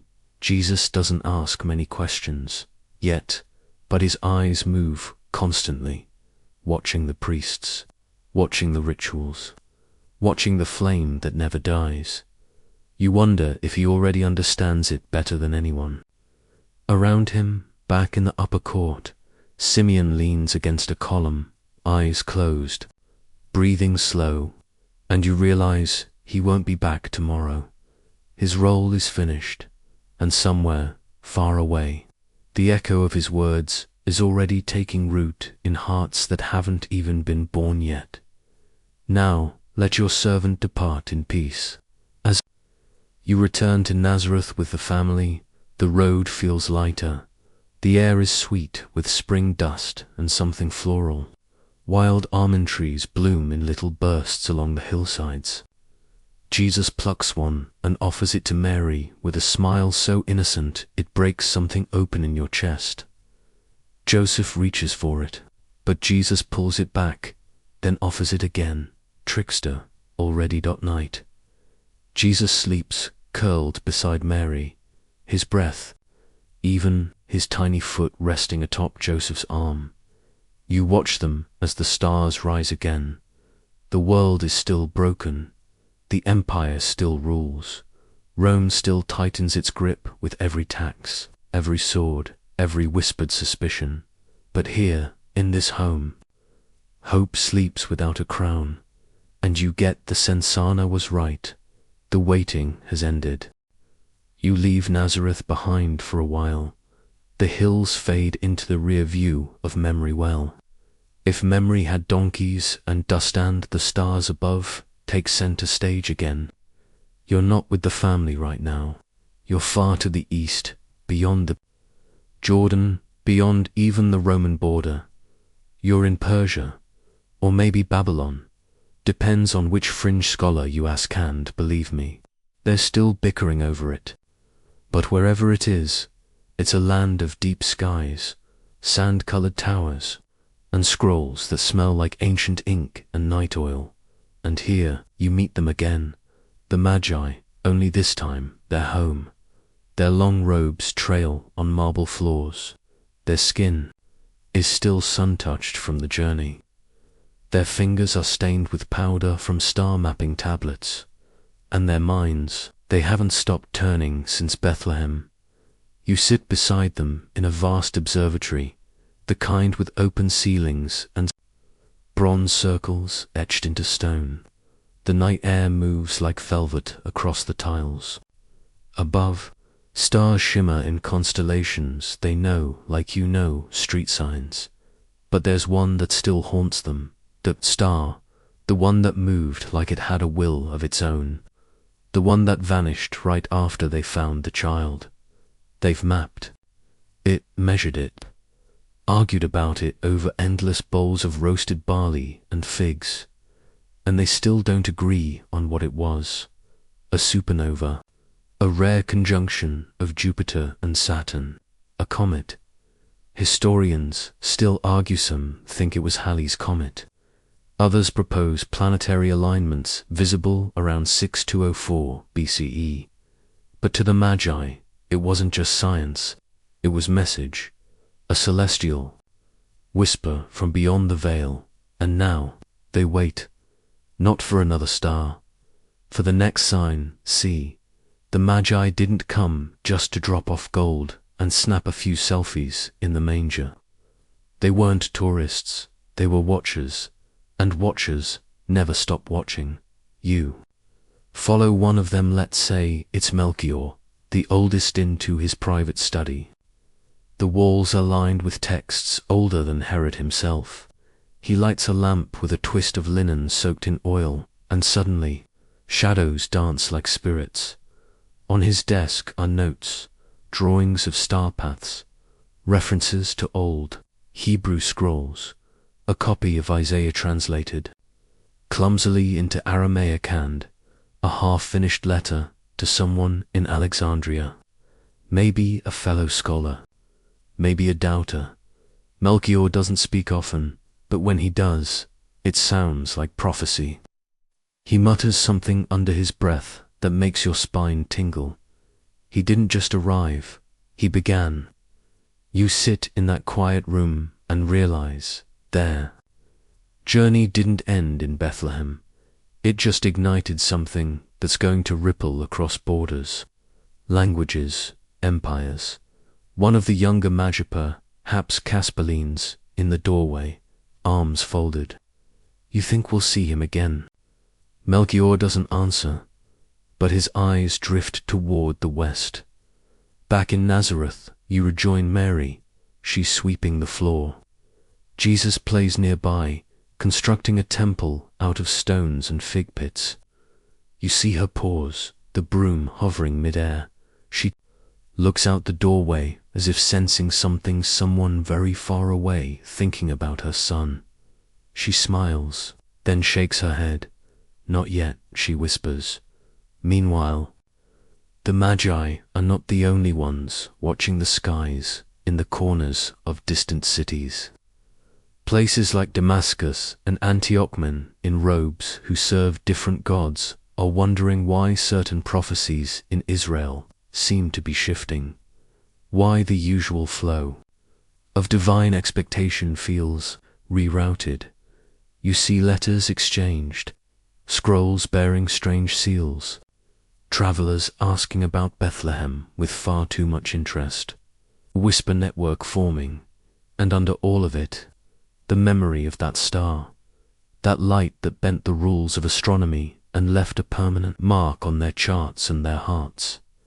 You hear rumors of Eastern mystics seeking the scrolls of Isaiah, of Roman generals asking astrologers if another king is rising, of rabbis muttering over late-night fires that the time of the deliverer may be near, but not what we expected. It spreads like wind across wheat. The world has not seen the child in months, but the child is not forgotten. You slip away from Persia, back toward the Mediterranean, riding now on rumors, whispers, quiet shifts in the hearts of scholars, and one night, just outside the ruins of a forgotten Phoenician outpost, you meet a merchant who says something strange. He says, "I met 3 men, dressed like kings, said they saw the future in the sky." You smile, ask what they said. The merchant shrugs, said the child's alive, hidden, growing, said we'd hear from him again. You ask if he believed them. He grins, missing 2 teeth. They paid in gold, my friend. I believe whatever they say. And far, far back in Nazareth, the boy stacks another stone, then knocks it over, then laughs. The world's waiting, the Magi are watching, and you're just now starting to realize how much was set into motion the moment that star appeared. It starts with a polite knock on the palace door. You'd think news of divine royalty would crash through in thunderclaps or plagues of frogs, but no, it enters Herod's halls with the quiet elegance of strangers bearing questions. You're back in Jerusalem, and Herod's not here anymore. His legacy, still smoldering, but he himself, long gone, probably muttering suspicions even as the final breath left his body. His kingdom has been sliced up and passed out like stale bread at a banquet. The guy in charge now, Herod Archelaus, his son, and while he may not be as grandiose as dear old dad, he's got the same twitchy eyebrows and the same nervous hand hovering near the sword hilt whenever anyone says the word king. So when those foreigners, those through town asking, "Where is the one who has been born King of the Jews?" it didn't go unnoticed, oh no. You feel the tremor still echoing in palace corridors, because kings don't like questions that include the words instead of you. Even if the kid in question is just a toddler in a feed trough. The Magi left months ago, but their visit left a stink of prophecy hanging in the air like incense that never fades. Everyone remembers the way they bypassed Archelaus entirely, the way they bowed to a baby and slipped out of town like ghosts. And now, Archelaus is paranoid, which is why, when 3 strange packages arrive by courier one hot afternoon, no note, just gold, frankincense, and myrrh, he panics. It's a message, a taunt, or maybe just a reminder that he's not the only king in play. Meanwhile, you travel south to a different kingdom. Less armor, more sand. The roads here glitter with salt and crushed mica. and the donkeys sound slightly more judgmental than the Galilean kind. You're in Petra among Nabateans, kings who carve cities into rock and speak half a dozen languages before breakfast. And even here, word of the Magi's journey has arrived. A philosopher at the market stall says, they followed a star, said a new ruler had come, not Roman, not Eastern, something older. He shrugs, but the olive seller next to him adds, if he's real, he'll have to take on Caesar. The philosopher scoffs, not with a sword, with words, and the olive seller grins, like that's somehow more dangerous. You head back north, following trade routes thick with rumor. In Damascus, a scholar offers you a scrap of papyrus with a half-translated Hebrew poem about a root from Jesse and a child who will bring justice. You ask where he found it. Alexandria, he says, but it started in Bethlehem. Always Bethlehem, back in Nazareth. The world is quieter. Jesus is older now. He walks without wobble, talks in full sentences, carries his own tools to Joseph's workshop like it's the most normal thing in the world. He started asking more questions, lots of them. Why do birds fly but cats don't? Why do stars disappear during the day? Why does that man always walk alone? Joseph answers what he can. Mary answers more. But sometimes Jesus answers his own questions with parables he hasn't learnt, and metaphors that sound ancient. One evening, you sit beside the fire as he retells a shepherd's story, one you know didn't come from any scroll. Mary watches him, her expression unreadable. She doesn't take notes, doesn't nod solemnly. She just listens, as if storing every syllable. You ask her what she thinks of the things he says. She responds quietly sometimes. I think I'm hearing the same voice that spoke to me in that room years ago. But now it comes from a smaller mouth, and then back to Archelaus. He sends a rider north, a messenger cloaked in black, bearing scrolls written in sharp ink, not to honor the child, to find him. You trail the rider discreetly, across cities and provinces, watching him meet with informants. He never says what he's looking for. He just leaves coins and asks, any word of strange births, unexplained signs. People shake their heads, but fear, it spreads faster than fire, because when rulers get nervous, people start disappearing, and if the Magi could find a child once by starlight, someone else could find him by rumor. Even now, in Nazareth, Joseph starts watching the road a little more carefully. You see him add an extra lock to the workshop. You see Mary keep the child closer when strangers pass. You see Jesus, wide-eyed, taking it all in. He's old enough now to know his family's history is not typical, but he's young enough to still believe he's safe. Here's your quirky tidbit for the night. Some early Christian legends say Mary used to tuck the gold, frankincense, and myrrh into the folds of her robe when they traveled hidden. Gifts for a hidden king. Others say she buried them under the threshold of the house, as if even treasure knew when to lie low. Whatever the truth, the world knows something happened. Gold doesn't lie, neither do stars and kings. Kings panic, so now, every time you hear the word gift in the marketplace, or see a star rising where it shouldn't, or hear a child ask a question too old for their age, you feel it, the ground shifting beneath you, the war between what is and what's coming, and the Magi. They were only the first wave. You hear the silence before you see him, a hush that presses against the palace walls like a second skin. It coats the corridors, it silences the fountains. Even the mosaic floors seem to shimmer more quietly. Herod Archelaus sits alone in his throne room. You've seen powerful men before, but this is different. Archelaus doesn't fidget, doesn't blink too often. His stillness is the kind that makes guards shift uncomfortably. Like if you make too much noise, he'll snap and bite. You watch a scribe approach, scroll in hand, trying not to breathe too loud. Archelaus lifts his gaze. Another rumor, he asks. The scribe nods slowly. Galilee, a family returned from Egypt. The child is of the right age.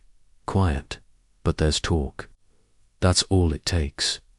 Not a name, not a miracle, just the age. You see Archelaus lean back, his face unreadable. Then he laughs, low, once. I'm not my father, he says, which would be comforting if it sounded like a promise and not a threat. He waves the scribe away. Let the boy live, he mutters. For now, and that's when you realize something chilling. He's not going to kill the child, because killing him would confirm him. Archelaus isn't afraid like his father was. He's playing the long game. Let the boy live. Yes, but watch him. Let him grow. Let him move. And then when he shows his hand, strike. This isn't a king hunting a baby. This is a spider waiting for the fly to grow wings. Back in Nazareth, the dust swirls warm and golden. You'd almost believe everything was fine. Mary is kneading bread, humming. Joseph is fixing a yoke for a farmer from Cana. Jesus. He's gathering pebbles and sorting them like a tiny curator. Smooth, cracked, striped, flat. There's a logic to it that only he understands. The boy doesn't know he's being watched, but you do. You've seen the strangers. They don't stay long, but they pass through just often enough to notice. A merchant who asks too many questions. A Roman courier who loiters by the well. A boy trailing behind a caravan, eyes too sharp for his years. You warn Joseph. He nods and says, I know. Then he keeps hammering. Mary doesn't flinch either. She's lived with the weight of this since Gabriel's first word. The threat has never left, only changed shape. Still, the family doesn't hide. They live simply, publicly, humbly, and Jesus. He grows. He's not just taller, he's deeper. He helps an older neighbor walk home one day and asks, why do people stop noticing things when they get tired? The man chuckles, but you see him look twice at the boy at night. Jesus stares at the stars for longer than most children have patience for. You hear him ask Mary, do the stars get lonely when we stop looking at them? Mary smiles. No. They've always known how to wait. He nods, like you, and she doesn't answer that one. Meanwhile, word travels south. You're in Sepphoris now, Romanized city, just a few hours' walk from Nazareth. It gleams with columns and theatre, masks, mosaics, and marble. It smells like ambition, and it listens to everything. A local rabbi whispers over wine. There's a boy nearby, quiet, but there's something strange about him. His friend scoffs. All children are strange, but the rabbi leans in. This one's different. He knows things. Like what? I don't know. He just sees. And that's the most unsettling part. Jesus isn't drawing attention with miracles or sermons.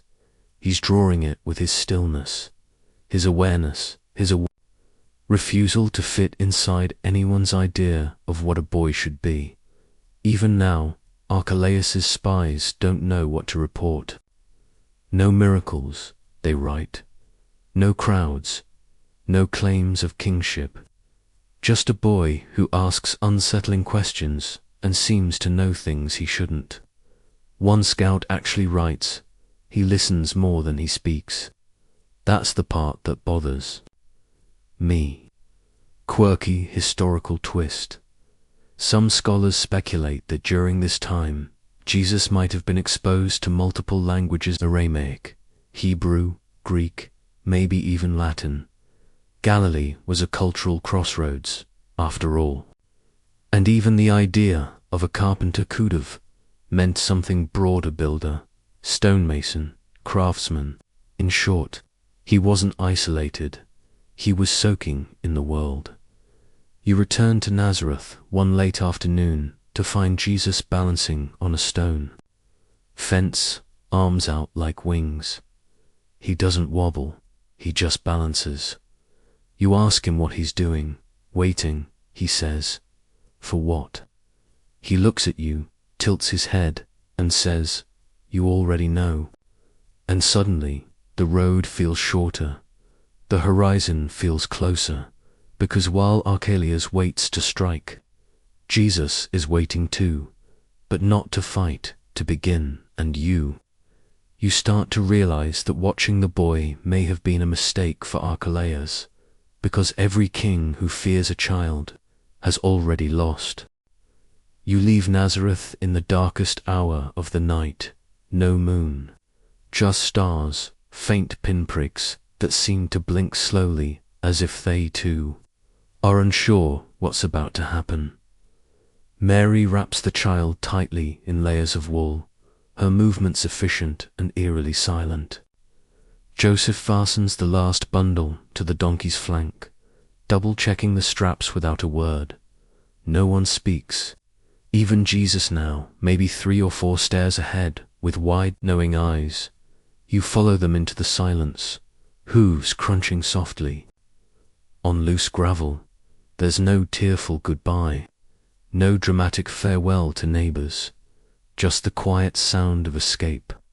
Again, because a whisper has reached Joseph in his sleep. Another dream, another angel, another warning. Archelaus is dangerous. Go. You didn't need the dream. You've seen the spies, felt the tightening of the town's breath. Something's coming, and you're not staying around to see what. You head south first, away from the familiar, looping wide around Jerusalem under cover of shadows. The world feels sharper at night. Sounds carry farther. The rustle of a fig tree becomes a roar.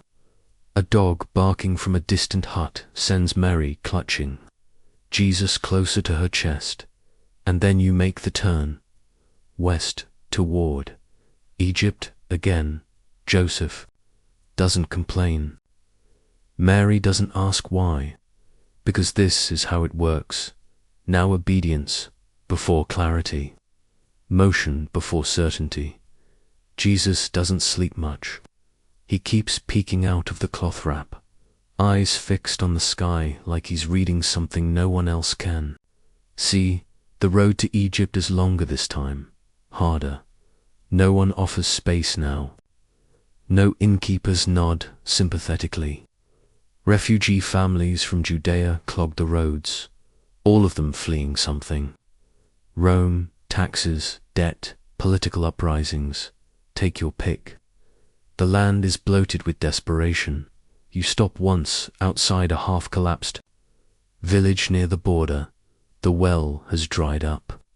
Chickens scurry like ghosts. A few survivors linger, faces hollow with mistrust. One woman sees the child and mutters, "Another one, another savior." She doesn't mean it kindly. You keep moving, Joseph. Trades a carved spoon for 2 dates. Mary shares water with a child who hasn't spoken in days. Jesus offers his last flatbread to a wild dog who accepts it with a confused, grateful snort. Somehow you find a rhythm. Even in flight there's rhythm. When you cross into Egypt, everything changes. The smells, the languages, the way people glance sideways at your clothes. You settle in Heliopolis, a suburb of Alexandria full of Jewish exiles and diaspora families. There's safety, here relative safety. Rome's reach is softer. In these parts, here, The soldiers are slower, the bureaucracy thicker, and the gossip too tangled to trace. Joseph finds work. Of course he does. He always finds work. Wood is wood, even when the words for it change. Mary befriends a neighbor named Jaffa, who gives her sesame cakes and advice in equal measure. You must act normal, Jaffa says. Act like your boy is ordinary. Boys who seem special draw attention, and attention is the last thing you want. Mary nods, but it's hard, because Jesus doesn't blend in. He learns the market routes faster than local kids. He listens when no one else is paying attention. He points at a beggar on the street and asks Joseph, "Why doesn't anyone see him?" Joseph replies, "We do see him." Jesus frowns. No, they look at him, but they don't see him. You can almost hear Jaffa sigh from across town. Trouble, she mutters. Nights are easier. The desert cools. The wind is dry and kind. The stars are sharper here, like diamond chips in black glass.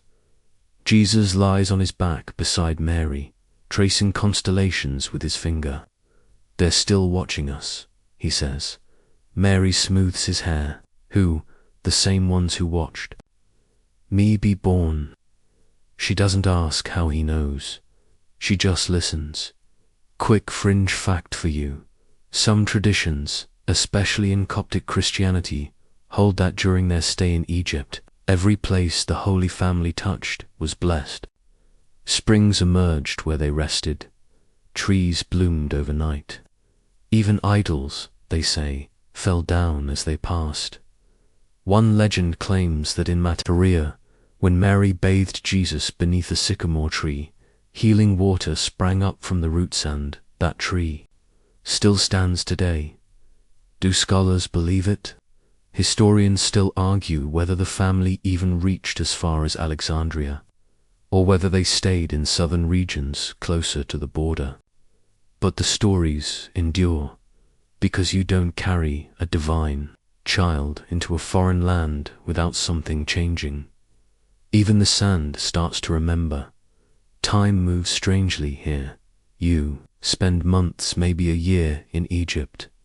Jesus grows, not quickly, not with sudden flashes of glory, just steadily.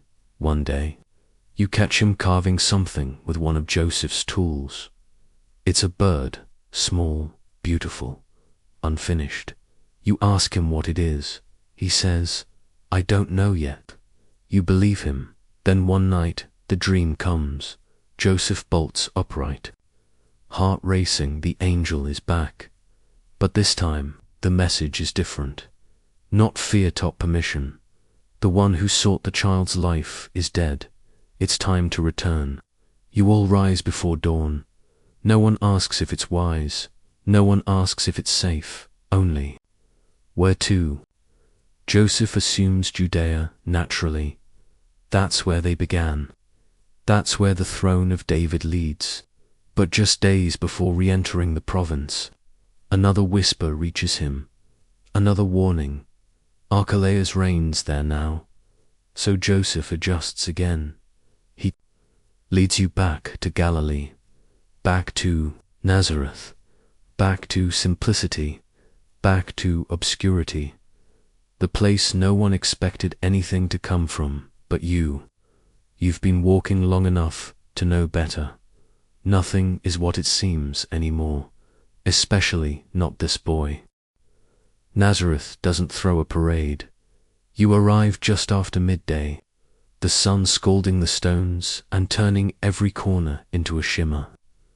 The road is the same worn, familiar, creased with memories, but the town, a little more suspicious, a little more WHISPERY. News travels slower here, like honey poured over dry bread. But people still remember, especially the ones who love to remember the wrong parts. That girl, someone mutters as Mary passes. Joseph's boy, another says. But is he? I heard they went to Egypt. I heard they were told to go. I heard the boy was marked. Mary doesn't react. She keeps walking, head level, Jesus balanced on her hip. He's a little heavier now, a little taller. His eyes don't scan the streets with fear, they study them. Like he's painting the town in his mind, color by color. Joseph greets neighbors as if he never left. He nods at the baker, offers to repair the wheelbarrow that broke 6 months ago, he says. It's good to be back. He says it enough times, you start to believe he's trying to convince himself. But life resumes, because life always does. You watch as they settle into a small stone house near the edge of town. One Joseph built with his own hands back when he still believed his story would be simple. Mary hangs herbs from the rafters. She teaches Jesus how to fold dough without mangling it. Joseph takes him into the workshop and shows him how to hold a chisel without removing fingers. It's all very normal until Jesus opens his mouth. He asks Joseph, "Why does the wood cry?" "When I cut it," Joseph frowns. Wood doesn't cry. Jesus just watches the shavings fall and says, "I think it does." You feel the old tension again between earth and heaven, between silence and thunder, waiting behind the boy's voice like a coiled storm. Outside, the town continues its cautious study of the family. At synagogue, Jesus sits with the children and listens to the Torah scrolls. He memorizes them faster than anyone. He asks questions no one has answers for. A rabbi whispers to another, "He's too young to know that." "Maybe he's not," the other replies. Still, they don't stop. Him, not yet. Time passes in quiet folds. Days turn into seasons. You help stack stone for an addition on the house. You listen to Mary sing lullabies that aren't lullabies anymore. They're more like laments wrapped in sweetness. Songs from before Egypt, songs she doesn't remember learning. Jesus grows into a child who always notices things, ants carrying, crumbs across thresholds, the way shadows move before people do, the quiet sadness in someone's eyes before they even speak. He sees too much and says very little. One day you walk with him to the town well. The same cranky old man is there, complaining about taxes and Rome and the weather, which has been suspiciously fine for a month. Jesus helps draw the water. As he passes the man his jug, the boy says, "You should forgive your brother." The man stiffens, drops the rope. "What did you say?" Jesus just smiles. "You'll feel better if you do." The man stares at him, like someone just opened a scroll of secrets in front of his face. He doesn't speak again. Jesus walks home humming. Meanwhile, something's happening on the edges, a stirring, a change in the air. It's not loud, not yet, but it's there. In Jerusalem, priests are beginning to hear whispers of movements in the wilderness, wild-eyed men calling people to repentance. One in particular, dunking sinners in the Jordan and shouting about axes laid at the root of trees. John, they call him. He's saying that someone else is coming, someone greater, someone whose sandals he isn't worthy to untie. And you know who that someone is, but Nazareth doesn't. Not yet. Here's your scholarly morsel for tonight. Archaeological digs suggest that Nazareth in the 1st century may have been a village of fewer than 500 people. A speck on the map. Not a place of kings or prophets, or anything remotely important, which is exactly why the plan works. No one's watching Nazareth. They think it's safe to forget. But you remember what Nathaniel will say someday. Can anything good come from Nazareth, yes, the best thing, and it's hiding in plain sight. Jesus, now nearly 12, still hasn't said anything wild in public. No miracles, no sermons, no glowing aura. He walks like a child, eats like a child. But the way he looks at you, it's like he knows, not just about himself, about you, as if the entire journey from Bethlehem to Egypt to here isn't a series of random moments, but a pattern slowly unfolding, like a scroll being unrolled in real time.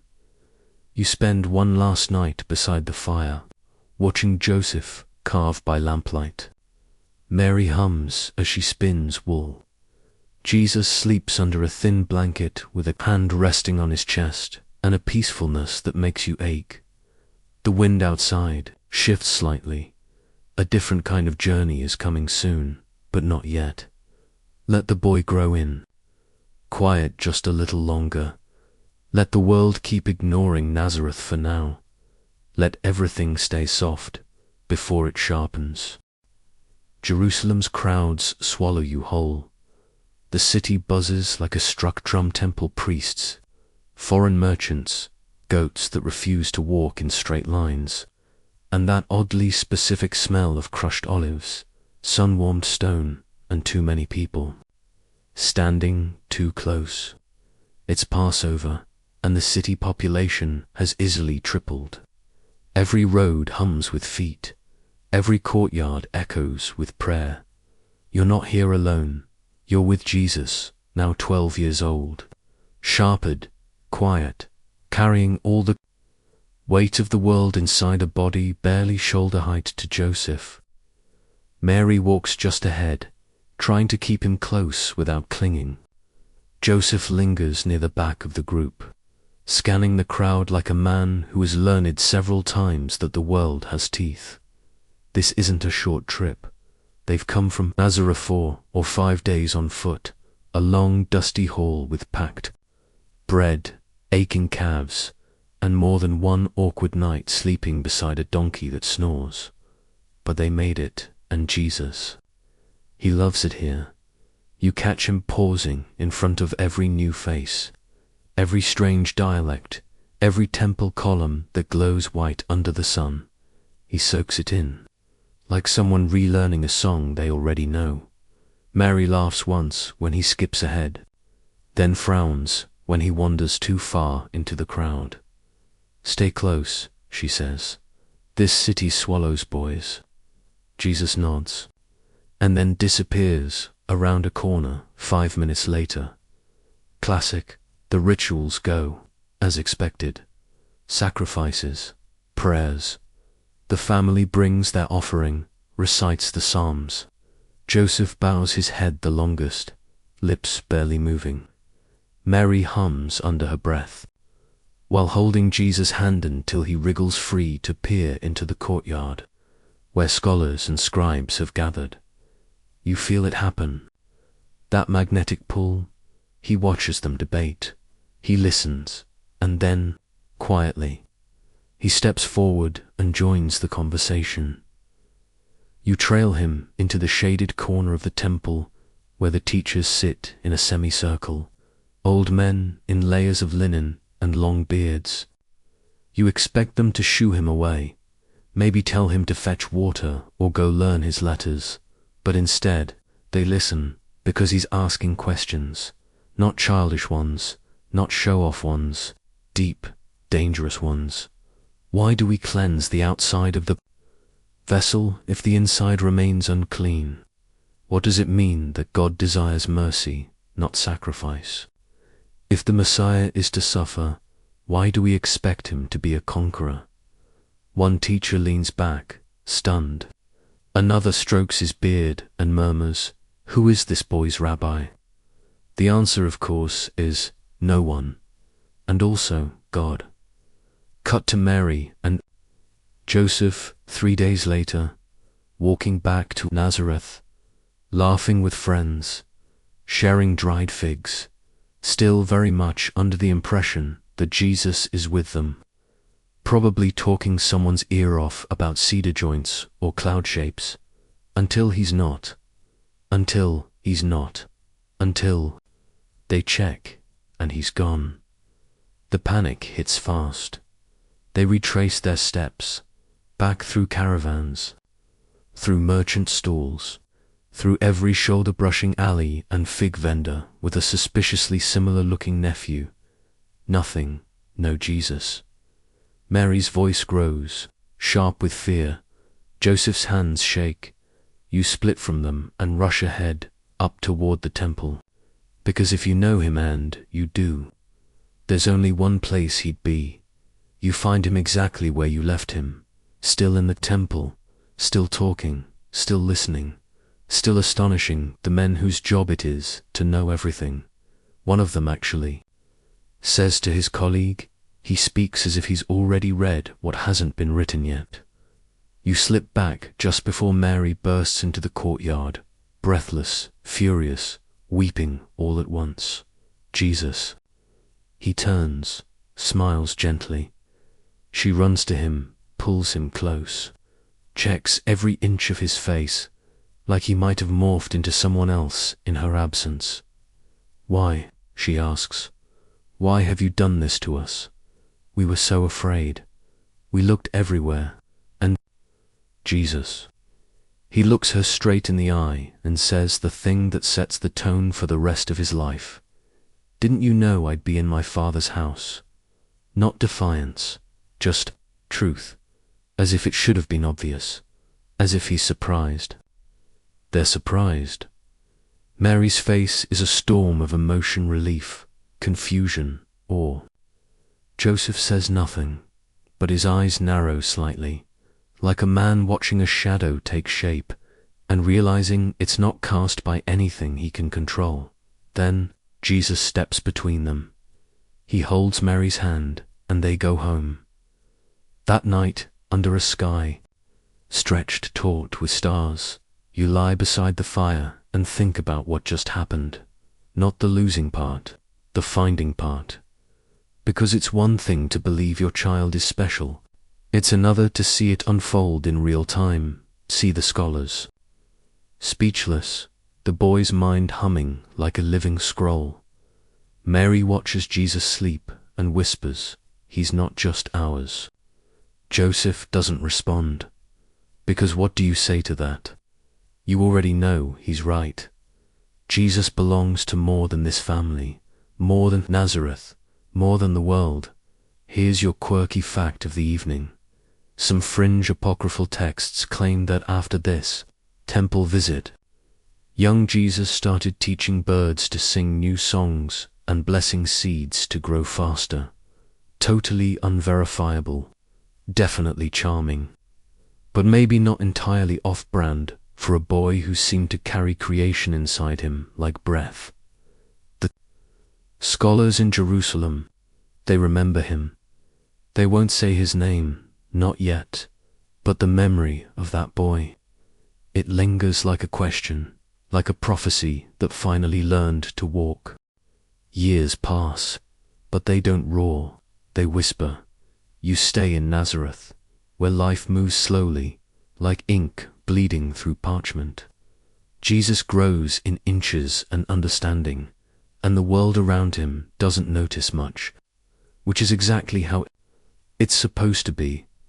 There are no angels now, no more surprise visitors with camels and scented oil, no more dreams sending Joseph bolting upright in a cold sweat. Just the sound of saws and sandals, the creak of olive trees in wind, and the deepening voice of a boy becoming a man. You're in the workshop most days. Jesus is there too. His hands learn the tools as if they've always known them. He carves with attention, not ambition. He never rushes, never wastes wood. Every corner smooth, every angle measured. Joseph doesn't praise much, but one day he watches Jesus finish a yoke, runs his hand over the beam, and nods. That's all. But Jesus smiles like it means the world, and it does. You see it in the way he holds the chisel. Afterward, like he's holding his Father's approval, not the one in heaven, the one in front of him. Mary is older now. Her hair carries silver threads. Her eyes are sharper though. She notices everything when Jesus goes silent for too long, when he watches travelers on the road with a faraway look, when he listens to thunder not with fear but with recognition. One morning, over lentils and honeyed bread, she watches him eat and says softly, "You're almost ready." Jesus doesn't look up, but he hears. And you know she's not talking about yolks or dovetail joints anymore. She's talking about the thing, beneath everything, the purpose that's grown up alongside his shadow. Out in the village, people see him as ordinary, the carpenter's son, polite, strong, quiet, helpful. He fixes broken doors, mends ox carts, smooths uneven floors. One woman says he has the calm of 10 men. Another says there's something behind his eyes I don't understand. But no one says Messiah, not yet. Sometimes the children follow him after work. He draws in the dirt, tells stories about seeds and coins and sheep. They laugh. One of them asks, "Are you going to be a rabbi?" He shrugs. "Maybe." Another says, "You're not like the others." Jesus leans in and grins. "Neither are you." Joseph begins to slow. His steps shorten. His hands cramp. He spends more time sitting in the doorway, watching Jesus plane boards and carry beams like he once did. There's a pride in his gaze, and something else. Something quieter. Acceptance one night. He holds Mary's hand under the stars and says, "You were right." She laughs gently. "About what?" "All of it." And then he goes quiet again. You don't see Joseph much after that. It's never said outright, but you know he passes. During a quiet night, wrapped in linen and memory, laid beneath the soil of the town he never left. And just like that, Jesus is the man of the house. There's no fanfare. He doesn't stand taller. He doesn't give speeches. He just keeps working, steady, present, watchful, but something in him has shifted. You see it in the pauses between his movements, in how long he stares at the horizon when the sky turns orange, as if listening for the next instruction. And it's not just him, John. The cousin is starting to make noise. Down by the Jordan, he's shouting wild things about repentance, axes, and the one who is coming. He's wearing camel hair, eating bugs, not exactly subtle. People start flocking to him, not the rich, not the powerful, the hungry, the tired, the sinners, the hoping, back in Nazareth. Jesus hears the news. He doesn't respond. But the next morning, the tools sit untouched. The shop door creaks on its hinges. He's gone before dawn. Mary finds the empty workbench and smiles sad, knowing, a little proud. "Go, then," she whispers. You trail him as he walks south. No money, no donkey, no entourage, just sandals and the road and silence. You pass familiar hills, wells where he drew water as a boy, the old fig tree he used to sit beneath. He doesn't linger, because he's not looking backward anymore.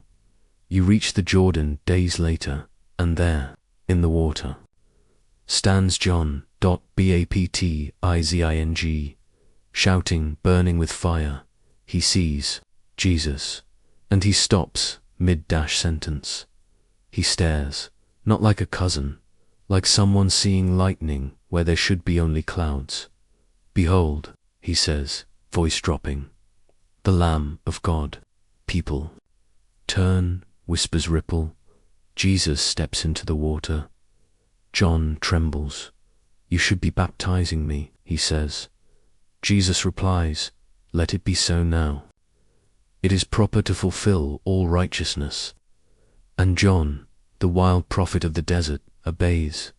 He plunges Jesus into the river, and when he rises, the sky splits, a dove descends, a voice, calm and endless, rolls across the air. "This is my beloved Son, in whom I am well pleased." And now the quiet years are over. Fringe fact time. Some fringe Jewish Christian groups in the early centuries believed Jesus spent these hidden years studying with Essenes or foreign mystics. There's no solid evidence, but what matters is what didn't happen. He didn't rush, didn't hurry. He waited, grew, became dot, and now the stillness ends. The teacher, the healer, the disruptor, the limit all begins here, right after. A childhood no one noticed, in a river that still carries the sound of that voice. You find yourself back where it all began, not in Bethlehem, or Nazareth, or even Egypt, but in the middle of the great in-between. A wilderness, a no-man's land. Rocks stretch out around you like the bones of the earth, and the sun hammers down with no mercy. There are no rooftops here, no gossiping neighbors, no cribs, no cradles, no tools or temple scrolls, just silence, and Jesus fresh from the river, still damp from baptism, still echoing with the words, "This is my Son," and yet he walks into desolation voluntarily. He doesn't carry food. He doesn't bring friends, no supplies, no camel, just his breath, his feet, and the weight of what's about to begin. Because before the message spreads, before the miracles start, before water becomes wine and death is undone, he has to face something darker, something older, and it's waiting for him. 40 days.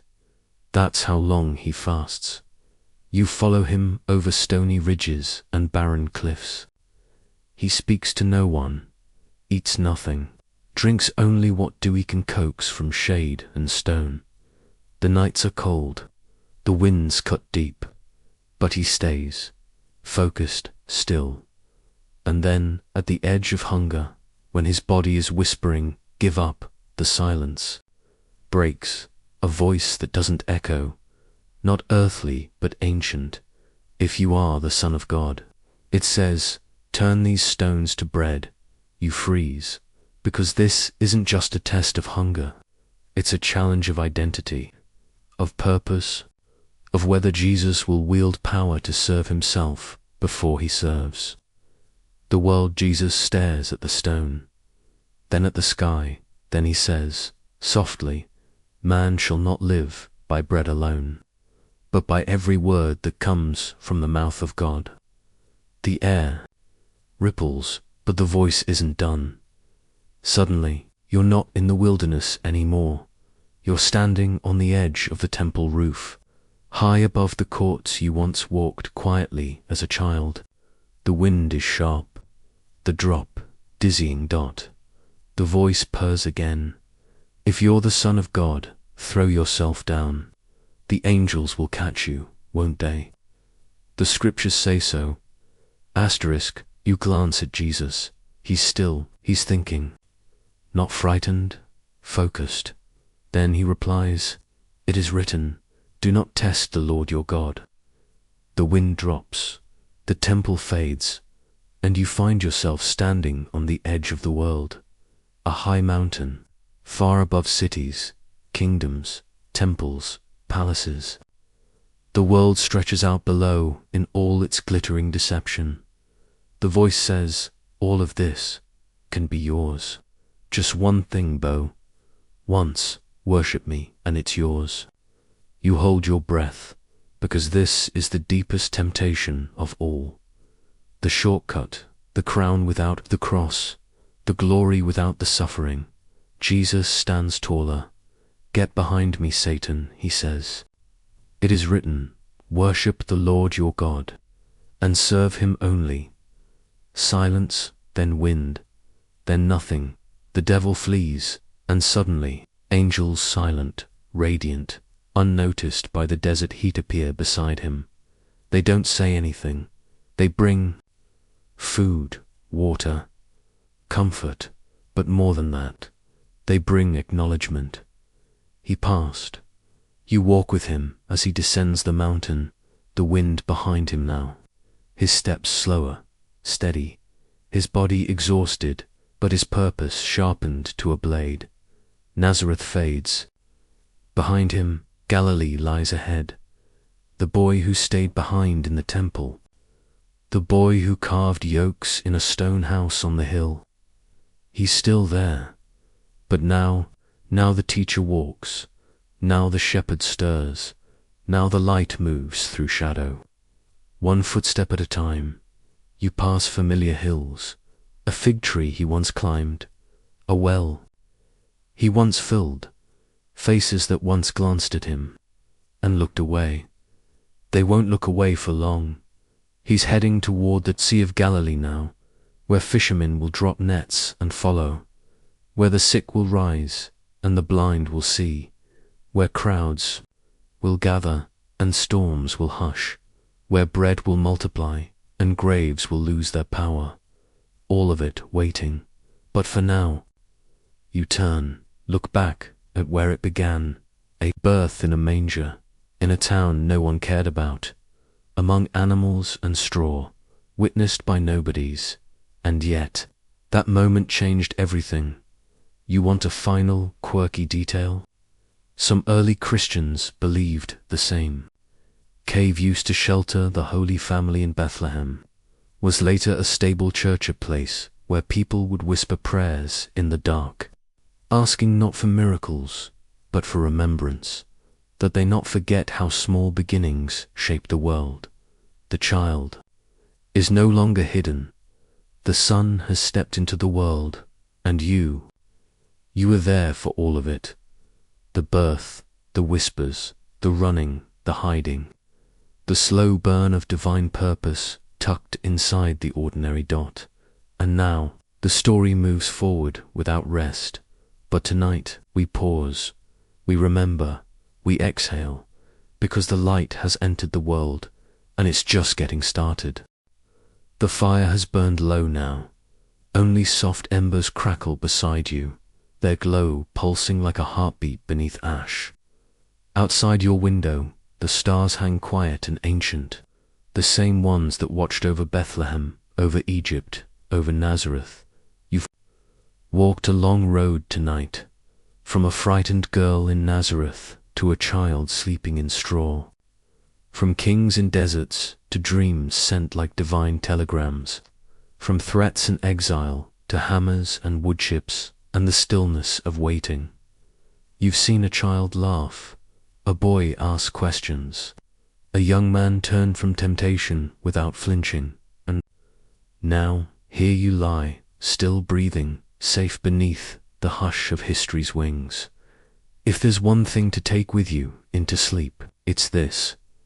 Greatness often begins not with noise, but with silence. Not in palaces, but in stables. Not with kings, but with children wrapped in cloth, hidden in a feed trough, watched by animals and angels alike. Let the memory of that star hang in your thoughts a moment longer. Let your breath slow to match the rhythm of that long walk through time. Let your heart rest in the knowledge that the story was never rushed, that the waiting had purpose, that you too are part of a much bigger beginning. Now, close your eyes. Let the hum of ancient prophecy fade into the back of your mind. You're safe here. The journey will continue in the morning, but for now, sleep and let peace watch over you.